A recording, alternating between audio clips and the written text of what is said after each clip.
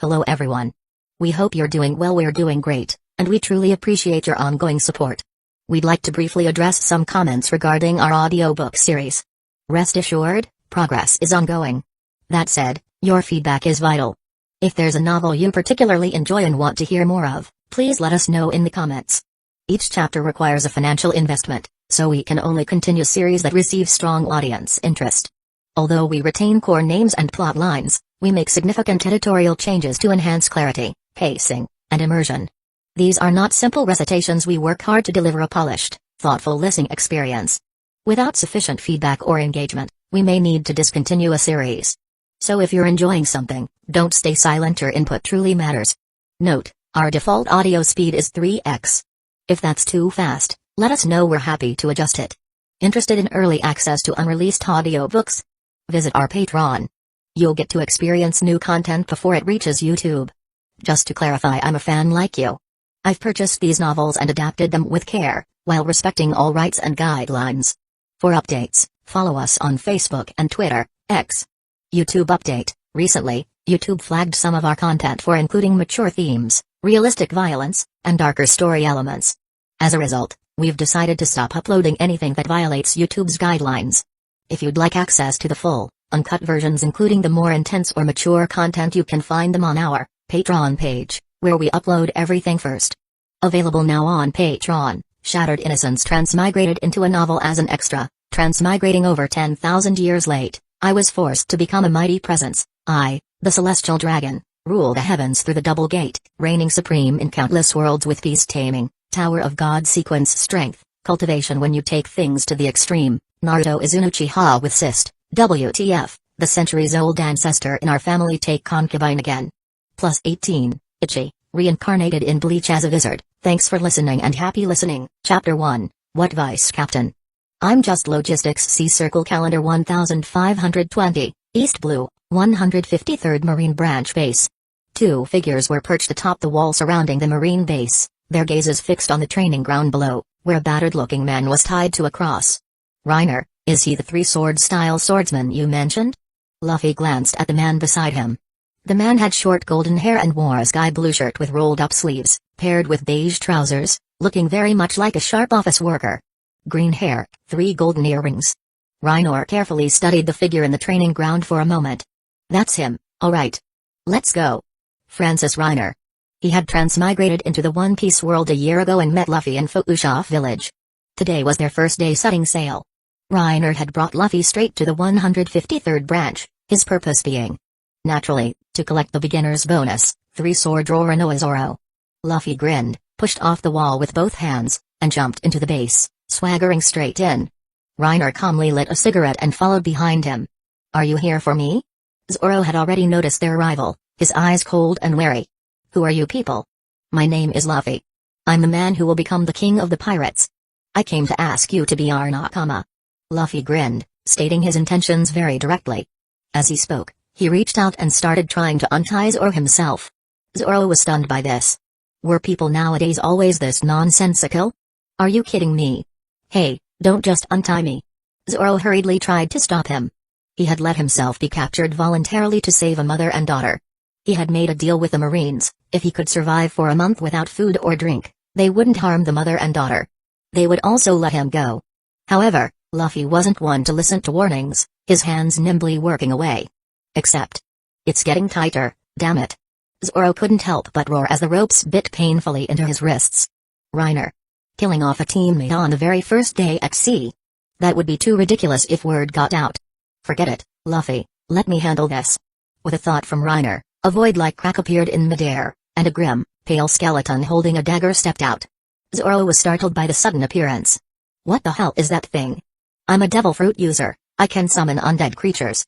Reiner took the skeleton's dagger, gave the ropes a light slash, and they fell away. He then grinned, long story short. Cough cough. We're awesome. Stick with us, and you'll have no problems. Huh? Zoro was completely baffled, his brow furrowed tightly. He didn't know what Reiner was talking about, but he said it with such baffling confidence. Reiner casually stuck the dagger into the skeleton's skull and retracted it, then spoke seriously. I heard about your situation in town when I arrived. You don't really think you can survive a month without food or drink, do you? TCH, None of your business. Zoro scoffed but didn't refute it. In truth, he was already nearing his limit, and it was only the 9th day. Anyway, after today, you'll be wanted soon enough. Either become a pirate, or wait here to die. Reiner dropped his cigarette butt and stamped it out, saying flatly, or, if you don't have any ambitions, you could just find a place to hide. We'll just consider today's trip wasted. If I have to just scrape by to survive, I might as well die here. Zoro spat, rubbing his wrists. I still have important things I need to do. He knew his situation was exactly as Reiner described. Once wanted, even if he didn't call himself a pirate, he'd be treated like one. He still had goals to achieve. Besides, they did save him. Maybe he should just go with them. Thinking this, Zoro's expression turned serious as he met Reiner's eyes. You came prepared, seems like you were set on recruiting me. Are you the captain? No, the captain is him. Reiner gestured with his thumb towards Luffy beside him. Zoro followed his gaze. Luffy was looking at him with a wide grin, his eyes filled with clarity. He doesn't look very reliable? Zoro didn't know why he asked that, just had a strange feeling. He turned back to Reiner. Then are you the vice captain? No, I'm just a logistics member. Reiner waved his hands dismissively, his expression full of refusal. Vice captain? No way. That title sounded way too attention-grabbing, didn't fit his style. He wanted to develop quietly, then amaze everyone. Would people react the same way hearing he was the vice captain versus hearing he was just logistics? He was the type who liked taking cheap shots from the shadows. Nobody understood combat better than him. What, you say that's despicable? Yes. That's me, correct. Logistics member? Zoro looked skeptical. Sounds pretty weak. He was a legendary devil fruit user, but actually wasn't strong. Seeing Zoro's expression, Reiner rejoiced inwardly. Yes. That's it, that's the effect I wanted. If he were to use his powers now, he could easily land a few hits on Zoro instantly. Just then, a group of unwelcome guests arrived on the training ground. Prepare to fire. A rough shout echoed from the distance. The three looked towards the sound. The one shouting was a burly man built like a bear, with a giant axe attached to his arm, the captain of the 153rd branch, Axehand Morgan. Behind Morgan was a large troop of marine soldiers, raising their rifles to aim at them. Seeing this, Luffy quickly spread his arms, shielding the other two. Bang! Bang! Gunshots erupted, and dozens of bullets flew towards them. Watch out! Zoro couldn't help but shout in alarm. However, the next moment, something completely unexpected happened. The bullets hit Luffy and simply dented into his body, stretching the flesh on his back like a pincushion. The next second, all the bullets shot back out, catapulting towards the Marines. What kind of monster is he? Get out of the way! Facing the panicked Marines, Luffy put his hands on his hips and laughed proudly. Shishishi, I ate the gum fruit, I'm a rubber man. Bullets don't work on me. Zoro had a look of utter disbelief. What's going on? He's also a devil. Huh? Where'd he go? Before he could finish, he realized Reiner had disappeared sometime during the commotion. Damn it, the Marines took my swords. Feeling the empty space at his waist, Zoro scowled. Meanwhile, Morgan stared grimly at Luffy. He had been the base commander for 3 years, he wasn't entirely clueless. He immediately roared at his men, don't panic. Try using swords. Everyone, attack. Even if swords didn't work, they could just swarm and pin him down. Yes, sir. Receiving Morgan's command, the Marines drew their swords and charged, engaging Luffy in a melee. Zoro also jumped in, taking down several Marines barehanded before snatching swords and starting to display his astonishing skill. Watching the two figures fighting like wild beasts in the training ground, Morgan frowned deeply. I'll let my men wear them down first, then I'll launch a sneak attack when the time is right. What a coincidence. Reiner was thinking the exact same thing. Just then, a sneaky figure suddenly appeared behind Morgan. Somehow, Reiner had stealthily circled around and was now quietly creeping up on Morgan. Click clack. Suddenly, the sound of a gun being cocked rang out. Morgan jumped, a chill running down his spine. With a sense of foreboding, he whipped his head around. He saw a golden-haired man pointing a gun straight at him. Staring down the dark barrel, Morgan was terrified. Eat shit, Captain. Wait, bang. Reiner pulled the trigger without any hesitation, watching mockingly as Morgan fell into a pool of blood. Can't wait, Captain. What if there's a plot twist? He said it himself, nobody understands combat better than him. He walked over, placed his hand on Morgan's body, and a surge of blue flame erupted from his palm, covering the corpse. After about 30 seconds, the flame flowed back into his hand, coalescing into a single, flickering spark. Chapter 2. Katana devil? What the, so weak?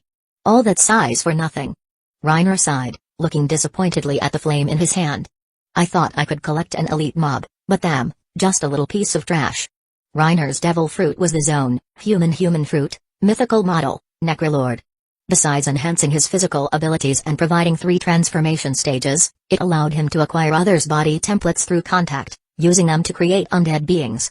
The undead stats were identical to the template, and while they couldn't inherit devil fruit abilities, they retained certain characteristics and techniques. Unfortunately, the stronger the target, the longer the collection process took, and he couldn't collect templates from those significantly stronger than himself. Otherwise, before setting sail, he would have definitely whipped up an immortal Gar Plus. Guess I'll wait for Zoro's template. Been craving his body for a long time. Reiner refocused his thoughts. Seeing that no one at the training ground seemed to have noticed what happened, he turned and walked into the marine base building. After wandering around and retrieving Zoro's swords, he called Luffy and Zoro, and they made their escape. Inside a tavern in town. Burp, yeah, lasting a month was definitely too much to ask. Speaking of which, are you both devil fruit users? Zoro leaned back on the sofa after finishing his meal, chewing on a toothpick as he asked. Luffy stretched his cheek and grinned proudly, that's right. I ate the gum fruit, I'm a rubber man. Okay, that one's relatively easy to understand. Zoro nodded, then turned his gaze to Reiner. Your ability seems a bit creepy, though? It's not that complicated, really. Reiner tapped the ash off his cigarette, stood up, and placed a hand on Zoro's shoulder. Don't move for a second. As he spoke, an azure flame emerged from his palm and covered Zoro's entire body. What is this? Zoro was startled and instinctively tried to pull away, but realizing the flames had no heat, he calmed down. After about 3 minutes, the blue flame receded back into Reiner's hand, forming a dancing spark. His overall stats are actually comparable to Luffy's. And his arm strength is even higher. Reiner marveled at the information contained within the flame. But then he reasoned it out. Zoro had trained rigorously since childhood, so it made sense his physical condition was close to Luffy's.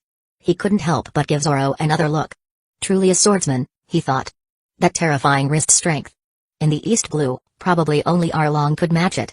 Reiner already had plans for Zoro's template. With a thought, the void crack reappeared. A black figure slowly stepped out from the void. It stood just over 2 meters tall, powerfully built, wearing a black hat, a black suit, and a black trench coat draped over it. If you didn't look at the head, it cut a mysterious and handsome figure in black. However, hidden beneath the hat was a ferocious and terrifying face with a gaping maw full of sharp teeth. A long sword pierced through its forehead, jutting forward. Both its hands were also long swords, the tips glinting coldly as they dragged on the ground. There were no hilts, instead, the swords merged directly into its arms. That's right. Reiner had modeled this after the Katana Devil from Chainsaw Man.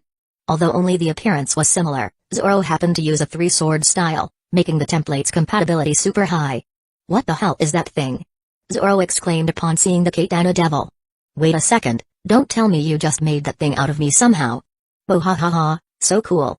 Luffy shouted excitedly, eyes sparkling. This was the reason Luffy had been so fervently inviting Reiner onto his crew ever since he first witnessed Reiner's devil fruit powers back then.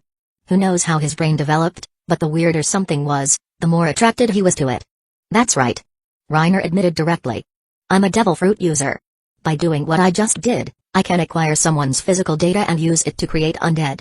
His ability could create all sorts of undead, but they couldn't deviate too much from the template's characteristics. Using a dog's template to create a humanoid skeleton would result in something that couldn't even stand properly. Creating undead based on a matching template maximized their potential strength. Reiner retracted the Katana Devil. Luffy, where are we headed next? I don't know. Luffy declared it without a hint of shame, grinning broadly. Why don't you decide, Reiner? I don't know any places anyway. Reiner. Zoro. Is this captain really reliable? Zoro muttered under his breath, speechless.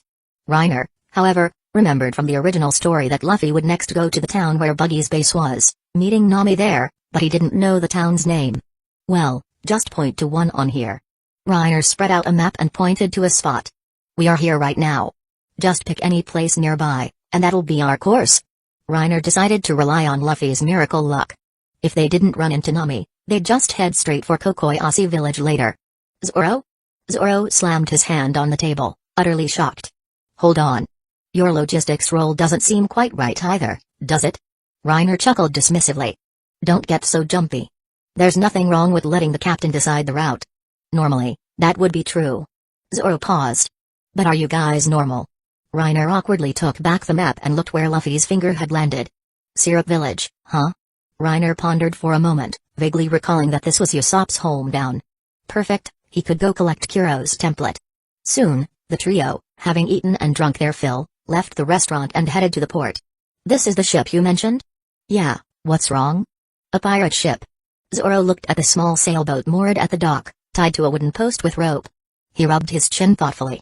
He briefly contemplated the feasibility of cutting Luffy down right now, then sighed. Ah well, I should have seen this coming. Truthfully, this was already much better than the tiny raft Luffy had originally planned to use. At least it had a cabin for shelter from wind and rain. Reiner had saved up money to buy even this. Being logistics on Luffy's crew really meant being both a father and a mother. Meanwhile, in Orange Town, where the buggy pirates were stationed, a chase was unfolding in the streets. Stop, damn it. You little thief. Don't run.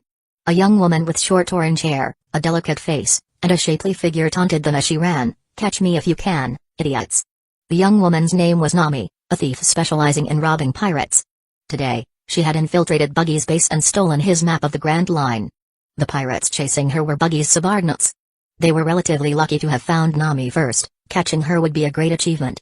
But, damn it. How can she run so fast? If we don't catch her, the captain's gonna be furious. Seeing the young woman slowly increase the distance between them, the pirates grew increasingly anxious. That sea chart was a treasure highly valued by their captain. If they failed this mission, they would definitely end up as target practice for his special cannonballs. Damn it, stop right there. Chasing her all the way to the port, the pirates could only watch helplessly as Nami jumped onto a small boat and slowly sailed away from the coast. Bye-bye. Nami waved cheekily back at the port, maximizing their frustration.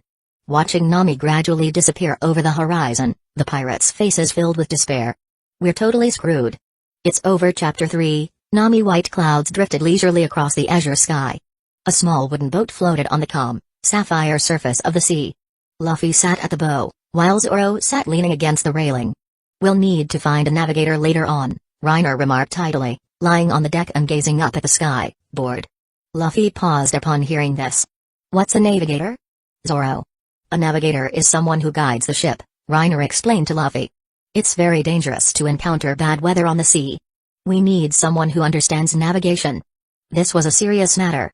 The Grand Line was notorious for its bizarre climates and ever-changing sea conditions. Even in the East Blue, getting caught in a major storm meant almost certain death.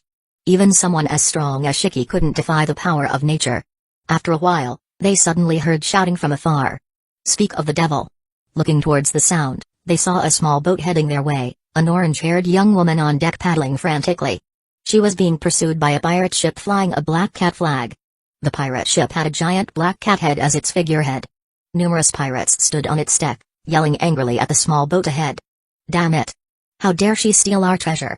Catch her! The person being chased was none other than Nami. After stealing the sea chart from Buggy and escaping, she had coincidentally run into the Black Cat pirates at sea.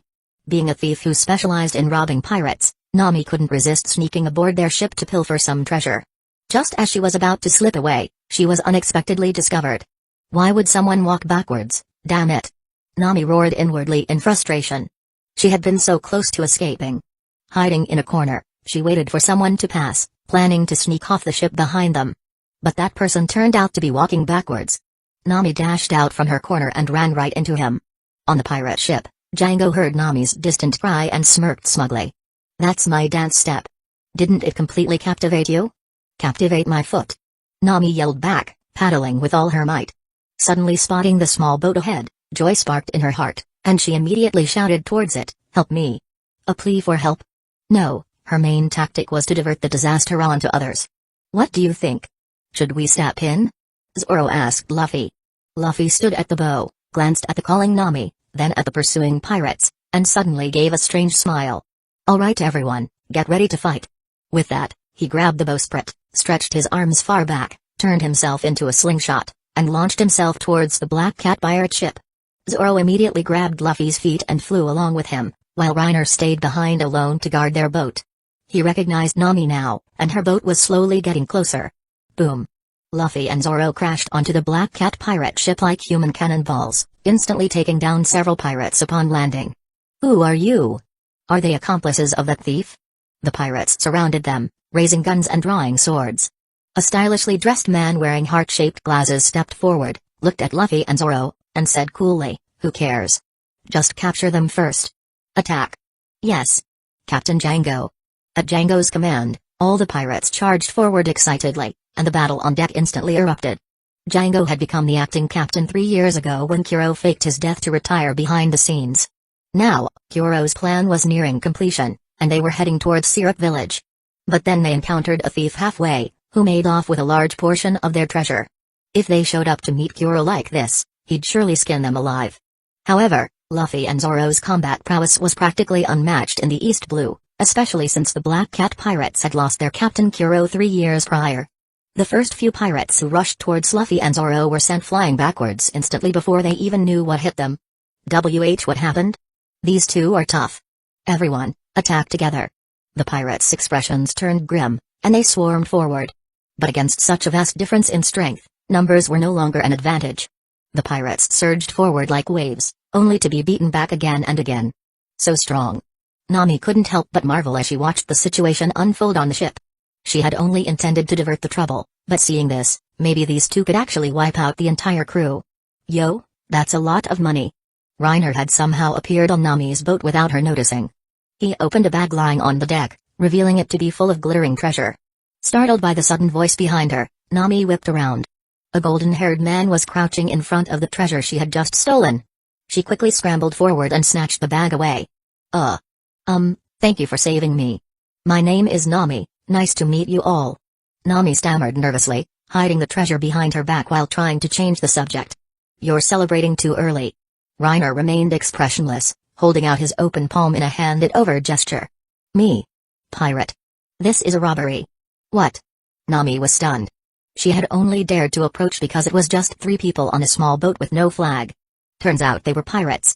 Had she just walked right into the lion's den? She quickly pulled the 3 sections of her staff from her top, assembled it into a bow staff, and warily eyed Reiner. Nami thought frantically, it's just one guy. If I'm careful, maybe I have a chance. Thud. Thud. A tall figure and a small, skinny one suddenly landed on the boat. Both wore sharp cat claws on their hands. It was the Mioban brothers, Sham and Butchie. Judged. Sham assessed them with a sinister grin. "Dare to steal from our ship, huh? Have you decided how you want to die yet?" Nami looked frantically at the 2 newcomers. An idea instantly flashed through her mind. She turned to Reiner with a pitiful expression. "Boss. They're the ones who were chasing me. Attempting to divert the disaster, take 2. Reiner glanced at Nami with amusement. Pretty face, but played dirty. He calmly lit a cigarette and shot a mocking look at the Mioban brothers. With a laugh like that. "You won't live long, little brother." "What did you say?" Sham glared darkly at Reiner, shocked that someone would dare speak to them like that. He licked the sharp claws on his hand, his eyes flashing with malice. "We are the Mioban brothers, worth 7 million Bailey. Judging by your tone, you want to tangle with us? TSK, licking your blades? That bow's just screams short lifespan, buddy." A sharp, grating sound suddenly filled the air as 2 figures emerged from the small boat's cabin. One wore a long black trench coat over a black suit, its face terrifying with sharp teeth, a long sword protruding forward as if piercing its forehead, and 2 more long swords extending from its hands. The other wore a white shirt, gray-black trousers, a tie, and sneakers, looking almost like a typical teenager. However, this second figure caused utter terror to spread across the faces of both the Mioban brothers and Nami. The sharp, grating sound came from him, because extending from his hands and forehead were 3 horrifying chainsaws. "What the hell are those things?" Nami shrieked and collapsed onto the deck, scrambling backwards while trembling, until she hit the railing with a jolt. Gulp. The Mioban brothers swallowed hard, their eyes wide with terror, staring fixedly at the 2 figures. They wished they were dead right now. This wasn't even a question of whether they could win anymore. They looked too horrifying, especially those 3 wearing chainsaws. Getting touched by those would mean bloody pulp, was the only thought left in their minds. Reiner dropped his cigarette butt and ground it out with his foot. He smiled gently at the Mioban brothers. "Allow me to introduce you. This one's called Little Knife, and this one is Little Saw. So, you 2 brothers are worth 7 million, is that right?" Wait a minute. Cold sweat dripped down the Mioban brothers' foreheads. They trembled as they backed away, screaming in terror at the two approaching demonic figures, "Don't come over here." Chapter 4, Knife and Saw Swoosh. The Chainsaw Devil and the Katana Devil lunged forward in a single bound. The Katana Devil, fast as lightning, appeared before the Mioban brothers in the blink of an eye, crossing its arms for a horizontal slash. In the heat of the moment, the Mioban brothers reacted instinctively. The tall Butchie crossed his claws defensively before his chest, while the smaller Sham reflexively leaped upwards. Clang, sparks flew as cat claws met long swords. Butchie strained with all his might, gripping the long swords tightly as a grinding sound emanated from the contact point. Sham, now. Feeling the immense force from his opponent and knowing he couldn't hold on for more than a few seconds, Butchie desperately yelled to his partner. A fierce glint appeared in Sham's eyes as he swiftly swung his claws straight for the Katana Devil's throat. However, someone else was faster. The Katana Devil didn't dodge Sham's attack, letting it come.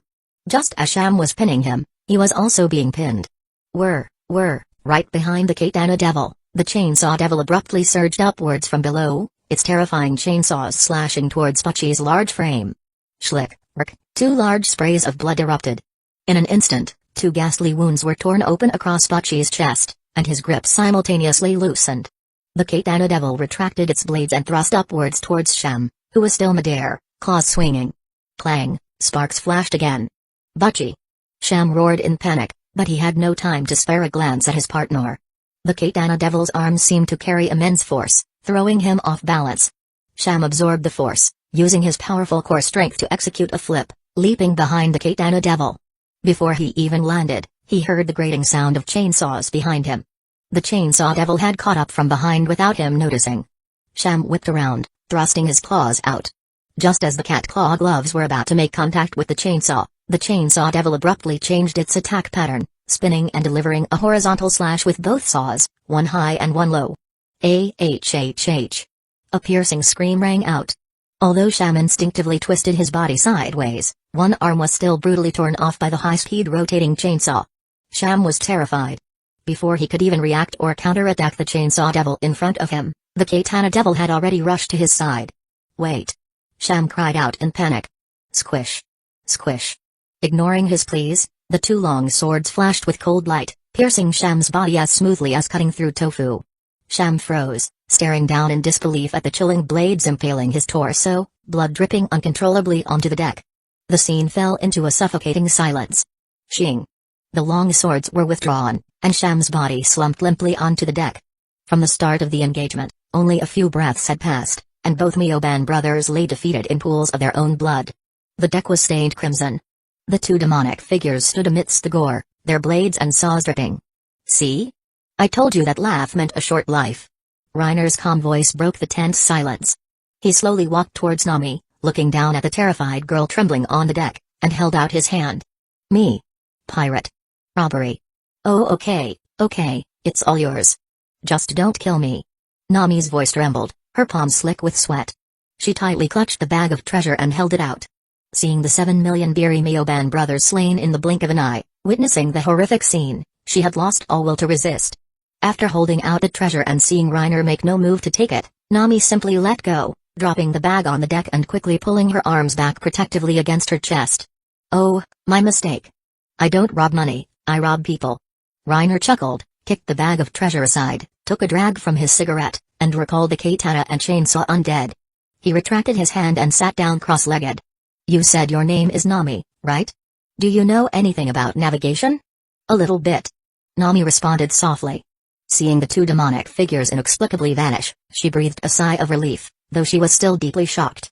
Reiner adopted a more amiable tone. Of course, he knew Nami was skilled in navigation.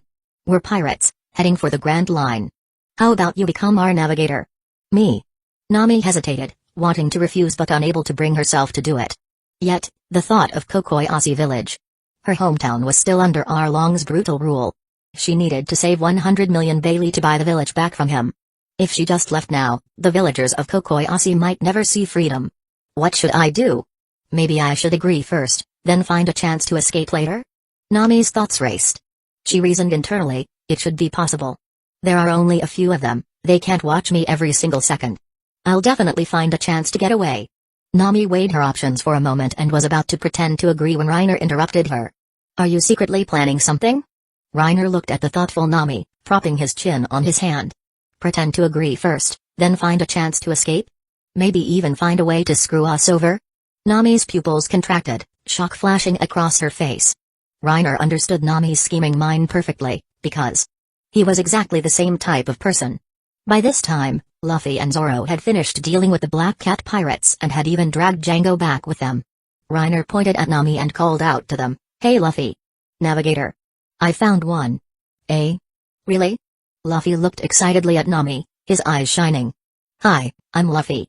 "Hello," Nami replied timidly, feeling like a frightened little lamb. She had witnessed Luffy and Zoro's combat prowess firsthand just moments ago. Among the three, Reiner seemed the least physically imposing, but he could apparently command those two terrifying demons. Now, with all three present, she had absolutely no power to resist. Nami felt like today was just the worst luck ever. "Oh right, Reiner," Luffy seemed to remember something, holding up Django, whom he was carrying. "This guy seems to be heading to Syrup Village too. He said he has some secret he can tell us." The bruised and swollen Django managed a fawning smile. Reiner recalled that this guy used hypnosis. 3 years ago, he had hypnotized Morgan into believing he had captured Kuro of 100 Plans. Morgan was promoted to captain based on this, while Kuro used the opportunity to hide in Syrup Village and begin his 3-year plot targeting Kaya's fortune. "If you just let me go, I guarantee you'll get a hefty reward." Django rubbed his hands together, smiling sycophantically at them. "Let's hear it then," Reiner said. He already knew the secret was just Kuro's business. Under the unfriendly gazes of the group, Django spilled everything about Kuro's plan. It turned out Kuro intended to use Django's hypnosis to make Kaya write a will leaving her entire fortune to him, as Claador, after which he planned to kill her.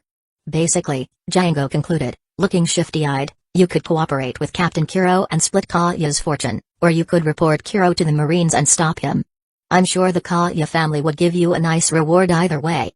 He even started offering them strategic advice. His words had the opposite effect. Luffy only got angrier. Duang. That bastard. How could he do something so horrible? Luffy knocked Django out cold with one punch, shaking his fist indignantly. Reiner had zero interest in Kuro's scheme itself, but he was interested in Kuro's template. He would have gone after Kuro regardless of this situation. Furthermore, the Kaya family had a ship, the one destined to be their first real pirate ship, plus Usopp, that ancient Greek god of clutch situations. It was a one-day journey to Syrup Village. Reiner saw it as a dungeon instance brimming with rewards, and he was already eager to go farm Kuro for gold drops. Chapter 5, Syrup Village. The next day dawned bright and sunny, with not a cloud in the vast sky. Their group, temporarily joined by Nami, finally arrived at Syrup Village with 4 members. As for Django, he was tossed into the sea to feed the fish. If he survived, it was purely down to fate. The island where Syrup Village was located had rather unique terrain. Steep cliffs lined almost the entire coastline where it met the sea. There was only one harbor on the east side of the island, accessible via a long, sloping path leading inland. After docking and disembarking, Luffy excitedly charged up the slope first. Reiner tied the boat's rope to a wooden post on the shore, secured it, and followed. "Honestly, I can't handle this, Captain." Nami sighed helplessly, watching Luffy rush off impatiently on his own. Although she had been thoroughly frightened by the 2 demons Reiner summoned yesterday, her opinion of the group had gradually changed since then. Initially, she felt quite favorable towards them for saving her. Furthermore, after hearing Django's secret, Luffy's reaction had astounded Nami. He had spent the entire day yelling about wanting to come here and beat up Kuro. Are there really pirates who like fighting for justice these days? The pirates she had known since childhood were Arlong and his crew, whose brutality had instilled in her a deep hatred for all pirates. To buy Kokoyasi village back from Arlong, Nami had become a thief, but she exclusively targeted pirates. In her view, pirates' money was ill-gotten gains. Even though she never considered herself a good person, she stole from pirates with a clear conscience. She still had no intention of becoming a pirate, but she could accept traveling with this group for the time being. "Stop right there." A shout drew the group's attention. A long-nosed young man with an afro jumped out from the side, blocking their path. He had tan skin and a pouch tied around his waist. Reiner recognized him instantly. The great Usopp, a man constantly wavering between courage and cowardice. Speaking of which, Reiner actually admired Usopp quite a bit. Compared to Zoro's unrealistically perfect image, Usopp was more like a reflection of ordinary people. Yet, it was this timid, weak person who could always face his inner fears at critical moments, step forward, and fight to the death for his companions with unwavering resolve. He allowed the flower of miracles to bloom on this seemingly insignificant character. "Looks like the weakling trio can be formed ahead of schedule," Reiner thought. As for the third member besides Nami and Usopp, yes, that would be him. He was just a logistics crewman. His undead summons were strong. What did that have to do with him? Besides, he currently only had 2 combat-capable undead, the Katana Devil made from Zoro's template and the Chainsaw Devil made from Luffy's template. Although Luffy didn't use a 3-sword style, his fighting talent was excellent, he was agile, and his fighting style was unpredictable with constantly changing moves. Combined with those 3 menacing chainsaws, just looking at them hurt. Anyone who faced it would surely shudder. Shaking off his thoughts, Reiner slowly caught up. How did you know I'm Usopp's son? Ha ha ha, you guys look so much alike. At first glance, I thought, what's Usopp doing here? Usopp and Luffy, who was leading the way, had already started talking. Luffy recognized him immediately. The father and son really did look alike, especially the afro and thick lips. You know my dad. Usopp was both surprised and delighted, quickly chasing after Luffy to ask about Usopp. He should still be on Shanks' ship, I think. You mean red-haired Shanks? How did you know? What? But he's a great pirate. Eh, is he? Luffy scratched his head and grinned. Our captain never reads the news. Reiner felt exasperated with Luffy too. Shanks was the person Luffy admired most, yet he never bothered to find out any news about him. The group chatted as they walked, with Luffy constantly telling Usopp stories about Usopp along the way. When Luffy was young, Shanks' crew had stayed in Fuushoff village for a while, and Luffy had often listened to Lucky Roo and Usopp brag. Now, unexpectedly, he was repeating Usopp's tall tales to his own son. Soon, the 5 of them reached the village center and randomly entered a restaurant. You seem to really admire Usopp, huh? Of course.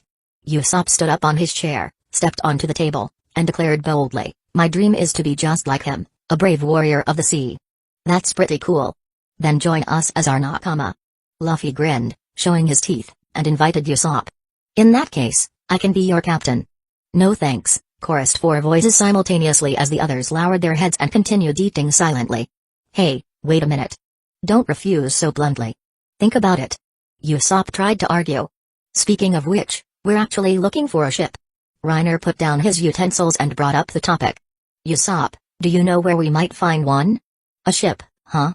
Usopp rubbed his chin, looked up thoughtfully, and said, around here, there's probably only one place that would have a ship. Great. Usopp, take us there. Luffy looked up excitedly. Usopp suddenly remembered something and quickly backtracked. No. You can't go there. The others were somewhat surprised. Usopp then explained about the mansion in the village and its mistress, Kaya. Wait a minute, the Kaya Usopp mentioned. Isn't that related to what Django told us yesterday? Kuro's conspiracy. Reiner already knew about this, but besides him, Nami was the first to make the connection. He decided to lay the cards on the table with Usopp directly, then lead the group to expose Kuro forcefully. Django? You know about Kaya and Kuro? Usopp was confused. He had only talked about Kaya, how did they know about Kuro? Reiner slowly explained how they encountered the Black Cat pirates yesterday and learned about Kuro's scheme from Django. Hey! You're not lying, are you? Usopp looked incredulous, slamming his hands on the table. This isn't just some lie you cooked up because you want the ship, is it? Reiner directly pulled out the bounty poster he'd gotten from Django and showed it to Usopp. It showed Kuro's bounty information from 3 years ago. Probably only Django and his crew still had copies now. After all, Kuro had officially been captured, and the Black Cat pirates had kept a low profile since then. This is. Usopp's expression turned panicked. He recognized Kuro immediately. He often snuck into Kaya's estate to see her and was always chased away by Kuro, as Claddor. Damn it. Usopp stuffed the bounty poster into his waist pouch, turned, and bolted out the door. He had to tell Kaya this news immediately. A pirate with a 16 million Bailey bounty had been lurking by her side for 3 years. Wait for me. I'm gonna go beat up that bastard too. Luffy hurriedly stood up, grabbing the plate of food from the table as he went. Reiner and the others followed. Kuro wasn't someone to be underestimated. His Shakushi speed technique was currently too fast for any of them to keep up with. This was also why Reiner was interested in Kuro, that extreme burst speed was perfect for sneak attacks, which was just so cool. Chapter 6, Kuro, I need you to help me train. Usopp rushed frantically to Kaya's mansion. Avoiding the guards, he snuck in and ran to the tree beside Kaya's room, leaping onto a branch. Kaya, this is bad. Usopp saw Kaya lying near the window, quietly reading a book. His anxious heart finally settled. There was still time. If he could just quickly tell Kaya the truth and get her away. What's wrong, Usopp? Kaya tucked a strand of golden hair behind her ear, pleased to see the young man, but then noticed the panic on his face and grew concerned. Kaya, listen to me. The butler in your mansion, Kuro. He's a pirate. Usopp hurriedly told Kaya the information he'd just learned. Come with me first, I'll explain everything slowly later. Ha, what are you talking about, Usopp? Kaya was stunned at first, then started laughing. Is this today's story? Ever since Kaya's parents passed away, she had fallen into a state of depression, which even affected her physical health. Usopp had been the one constantly by her side, often running over to tell her exaggerated stories. Kaya knew they were fake, sometimes recognizing tales she'd read in storybooks. But she never exposed him, simply playing along with Usopp, occasionally smiling. Sometimes because the story was funny, sometimes because just looking at the young man inexplicably made her happy. The anxiety on Usopp's face deepened. He knew Kaya thought he was telling another story. His voice couldn't help but get louder. No, Kaya. I'm telling you the truth. Suddenly, he remembered the bounty poster from Reiner and hastily fumbled for it in his waist pouch. Knock, knock, knock. A knock sounded at Kaya's door. Ms. Kaya, it's me, Kuro. I've brought your lunch. Hearing Kuro's voice, Usopp froze instantly, large beads of cold sweat forming on his forehead. Oh no, Usopp. Kaya became flustered. You need to leave quickly. If Kuro finds you, he'll call the guards to chase you away again. No. Usopp's hand trembled as he thrust the bounty poster in front of Kaya. Look. I'm not lying. This is real. Hurry up and leave with me. I'll carry you and jump from the window. Trust me, Kaya. This is. Kaya stared at the face on the bounty poster in disbelief. Aside from some differences in clothing, the face was identical to Kuro's. How could it be? Kuro, he. Kaya found it hard to accept. The gentle, refined butler was suddenly a notorious pirate with a 16 million Bailey bounty? Ms. Kaya, are you alright? I'm coming in. Outside the door, Kuro sensed something was wrong. Today was the day he was supposed to meet Django, but the latter hadn't shown up yet. He felt like tearing Django to shreds. Coupled with Kaya's reaction. He had clearly heard movement inside but received no reply from Kaya. Even if it wasn't convenient for him to enter, she would usually at least say something. A faint sense of foreboding crept into his heart. Could it be Django, that useless idiot? Kuro truly lived up to his reputation as a pirate known for his intellect, he figured it out instantly. Bang! Suddenly, with a loud crash, the room door was violently kicked open. Kuro gritted his teeth as he saw Usopp by the window, holding Kaya and preparing to leave. His face instantly became terrifyingly dark. Kuro. Usopp and Kaya gasped. Seeing Kuro pull out long, sharp claw gloves from his suit and put them on, Usopp couldn't help but tremble. Why? Kuro's eyes were ice cold as he spoke flatly. How did you find out? Don't tell me you, useless trash, defeated Django. Yo, we told him. A clear voice suddenly came from outside the window. Luffy was squatting on a tree branch, still holding a half-eaten plate of food. He stuffed a piece of meat into his mouth and looked calmly at Kuro. I'm the one who beat that weird glasses guy. Who are you? My name is Luffy. I'm the man who will become the king of the pirates. King of the pirates? So you're a pirate too. Kuro looked coldly at Luffy. Why interfere? We have no grudge between us, right? Or perhaps you just wanted to run over here and play the hero? Hero? No, I already told you I want to be king of the pirates. As for why? Luffy placed the plate on the windowsill, cracked his knuckles, and grinned, showing his teeth. I don't like the look of you, so I came to beat you up. It's as simple as that. As Luffy spoke, he stretched his arms out, wrapped them around Usopp and Kaya, and gently lowered them to the ground below. What is this? His arms stretched. Usopp and Kaya stared wide-eyed at the arms encircling them, utterly aghast. Is that all? Kuro's face gradually twisted into a snarl. 3 years. 3 years of my painstaking planning. All ruined because of your nonsensical reason. All for nothing just because you didn't like the look of me. You really deserve to die. Kuro roared, spreading the 10 blades on his hands, which glinted with a menacing light. Swoosh. The next moment, Kuro's figure vanished instantly from his spot. This was his silent step, a high-speed burst movement technique performed soundlessly. When he reappeared, he was already right in front of Luffy. So fast. Luffy was startled, he hadn't fully reacted to the opponent's instantaneous burst of speed. Schlick. Blood spurted as the 10 claws slashed several bloody marks across Luffy's chest. Damn it. Luffy gritted his teeth. Although he had instinctively flinched backward, he was still hit. He performed a backflip, landing on the lawn. However, Kuro didn't pause after landing the hit. He pressed his advantage, closing the distance again just as Luffy landed. His sharp claws slashed down viciously. Clang!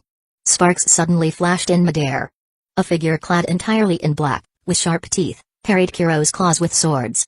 What the hell is this thing? Kuro stared in terror at the Katana Devil. This person's appearance. No, this thing didn't look human at all. This damned thing looked way too creepy. The sharp, grating sound echoed again as another bizarre figure emerged. Its terrifying appearance surpassed even the Katana Devils, with 3 high-speed rotating chainsaws that were chilling to behold. AHHH. A piercing scream rang out. Kaya covered her face with her hands as if seeing something utterly horrifying. How rude. Reiner walked up from behind, followed by Zoro and Nami.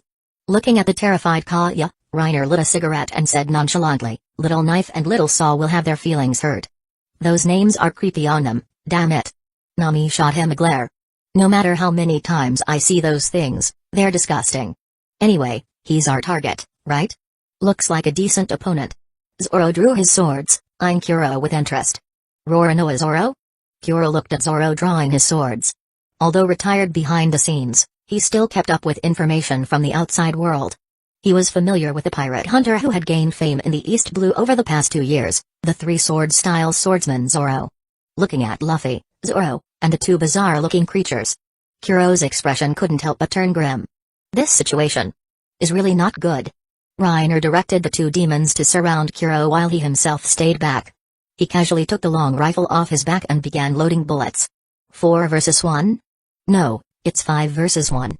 This wasn't some kind of duel, no one would think it unfair. Kuro, I need you to help me train. Chapter 7, The Black Cat's Curtain Fall. Thank you. Usopp looked up and thanked Reiner and Nami beside him. He honestly thought he was dead, facing a pirate worth 16 million Bailey. Although he usually talked big, he knew his own limits.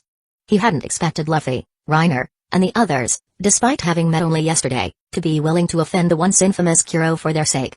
You misunderstand. Reiner racked the bolt of his rifle, glancing at Usopp and Kaya sitting on the ground. First, we came looking for Kuro regardless of you.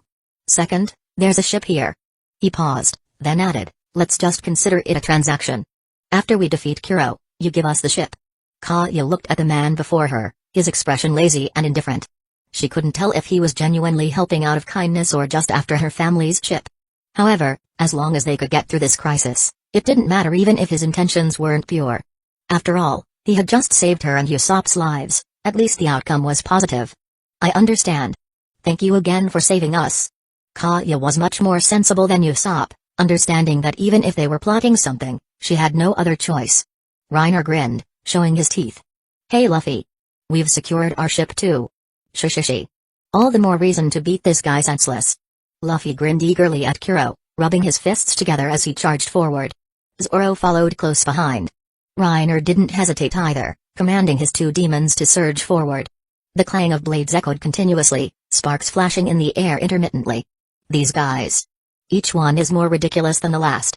Kuro felt like grinding his teeth to dust, secretly alarmed by the force transmitted through his 10 blades. Any single one of these 4 possesses strength comparable to mine. How have I never heard even a whisper of such a powerful pirate crew? It wasn't Kuro's fault, this was only their 2nd day at sea. They had just caused trouble at the 153rd branch yesterday and arrived at Syrup Village this morning. Even the best informed person couldn't possibly get news that fast. After just a few exchanges, Kuro found himself completely suppressed. Suddenly, caught off guard, he took a heavy punch to the stomach from Luffy. Kuro clutched his belly, only for the Chainsaw Devil to slash another deep wound across his back. Ah! Intense pain washed over him. Kuro gritted his teeth, forcing himself to endure it as he used his silent step to create distance. Cold sweat poured down his forehead and face. A dark shadow flickered in Kuro's eyes. I have no choice but to use that technique. Shakushi. Kuro's strongest technique, an advanced form of silent step. It was so fast that even he couldn't clearly see what he would hit. Once activated, it was a relentless assault that wouldn't stop until he exhausted his stamina. Kuro raised a hand and pushed his glasses up with his palm. He crossed his arms, his 10 blades flashing with a chilling light. Shakushi. In the next instant, Kuro's figure vanished. A fierce wind swept across the lawn, a killing wind as sharp as knives. So fast. I can't see him at all. Luffy and Zoro were astonished by his speed. Swing. Swing. Swing. Deep claw marks suddenly appeared on the ground, then on the walls, then on tree trunks. Without warning, with no discernible pattern. Hey, let's get away from this area first. Reiner frowned, his expression turning serious. He protected his vitals, one arm around his neck, the other shielding his chest, as he backed away. Usopp pulled Kaya away to safety. Nami had already smartly hidden herself earlier. She knew that if even these guys were struggling, she would only get in the way. Clang, suddenly, sparks flew from the Katana Devil's sword, and several gashes inexplicably appeared on its leg. Luffy. You two fall back, let these two take it. Reiner shouted to the two in the field.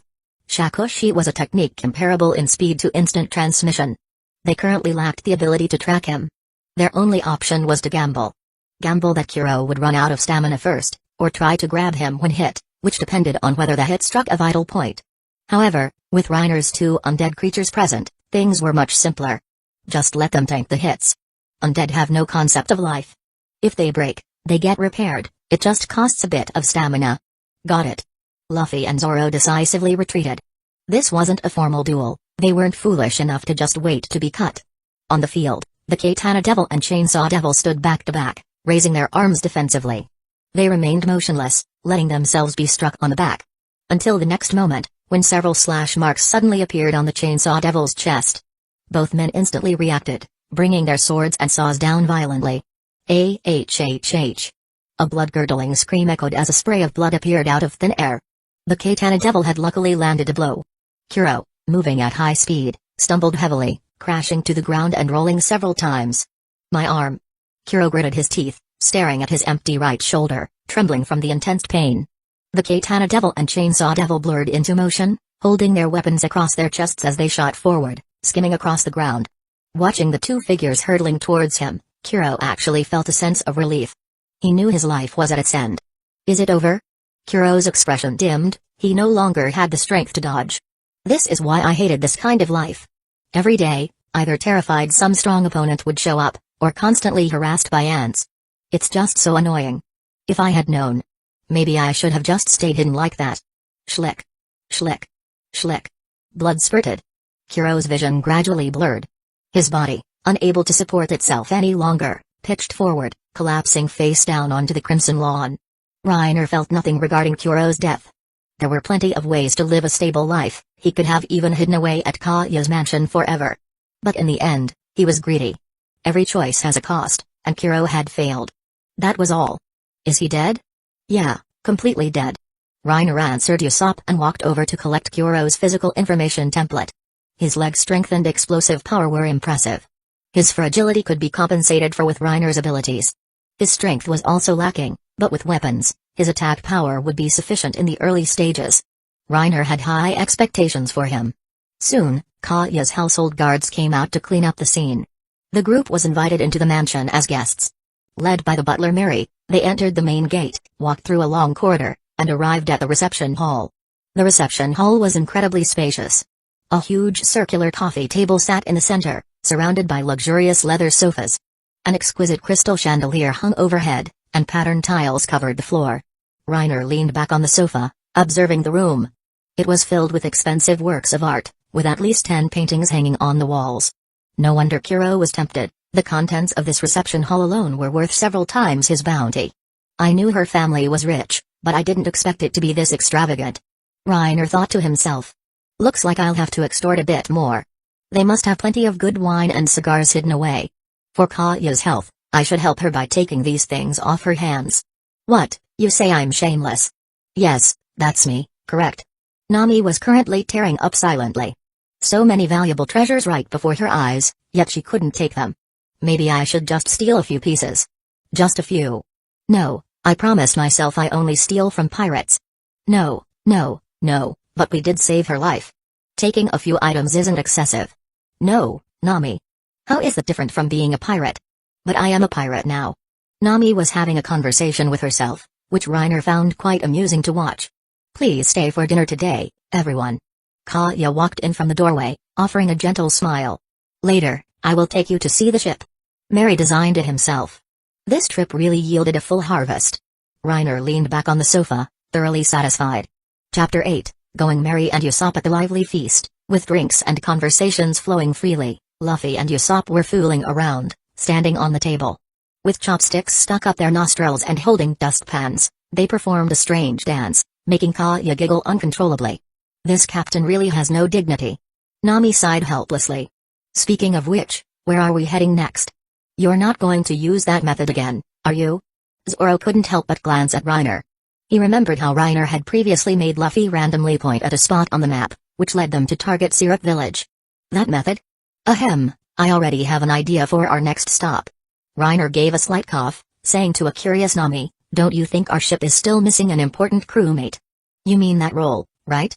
Yeah, the ship really needs someone in that position. Zoro and Nami nodded, rubbing their chins in agreement. You guys think so too, right? Luffy overheard and joined the conversation, looking around at them with a grin. Then it's decided. Let's go find a musician. It's a cook? A cook? If you're not using your brain, you should donate it. Speaking of cooks. Reiner paused, then looked up. The Barity Sea restaurant. Let's go there. However, that's already close to the Grand Line. Before that, I was thinking of making a trip to the Kanamai Islands to find Arlong. Kanamai Islands? Where's that? Arlong. Compared to the others' confusion, Nami let out a startled cry. She hadn't expected to hear that name from Reiner's lips. Arlong, those two words were practically her nightmare, evoking deep-seated fear and disgust every time they were mentioned. She could never forget the image of Arlong killing Belmere with his own hands to protect her and Nojiko. Nami, what's wrong? Do you know this Arlong? Luffy asked, noticing Nami's pale face. Nami's face darkened, and she fell silent. The lively atmosphere suddenly quieted down. Reiner spoke first, breaking the silence. Arlong was originally a member of a certain fishman pirate crew in the Grand Line. He slowly explained to Luffy and the others how Arlong came to the East Blue and established his brutal tyranny over the Kanamai Islands. Sounds like a real bastard. Reiner, Nami, do you know him? Luffy asked, puzzled. Even Nami looked sideways at Reiner. She wondered what Reiner wanted with Arlong. Could he be colluding with him? What are you thinking? Reiner noticed Nami's suspicious gaze and explained, have you forgotten my ability?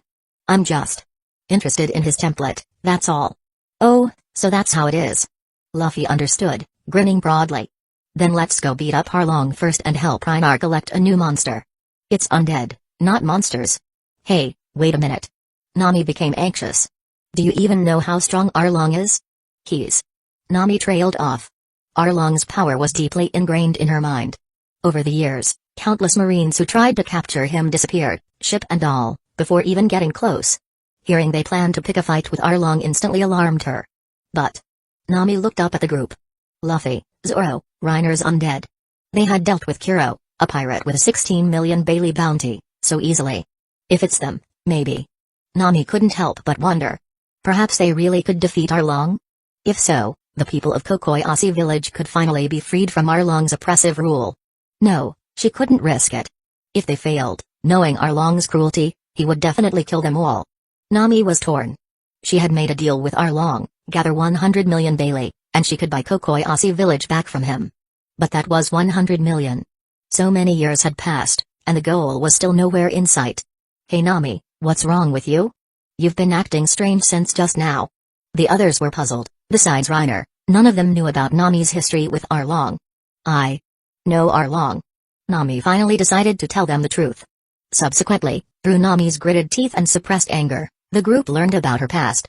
Many years ago, after Arlong and his crew came to the East Blue, they used their overwhelming strength to rule the Kanamai Islands. Everyone had to pay regular protection money to live, and her hometown, Kokoyasi village, was one of the islands under his control. So that's why you became a thief? Zoro guessed the reason Nami went to sea after hearing about her deal with Arlong. Luffy was even angrier. That bastard. I've decided. Our next stop is to find that Arlong. Wait, didn't you hear me? Arlong is. No need to persuade us, Nami. Reiner interrupted her. No matter what, we already consider you our navigator. If our own crewmate has been wronged, and we don't go settle the score, can we even call ourselves pirates? Besides, with Arlong still around, you wouldn't be able to travel with us peacefully anyway, right? Reiner stood up and looked down at Nami. Luffy doesn't like him, I want to collect his template, and you've suffered under him. Any single one of those reasons is enough for us to beat him up.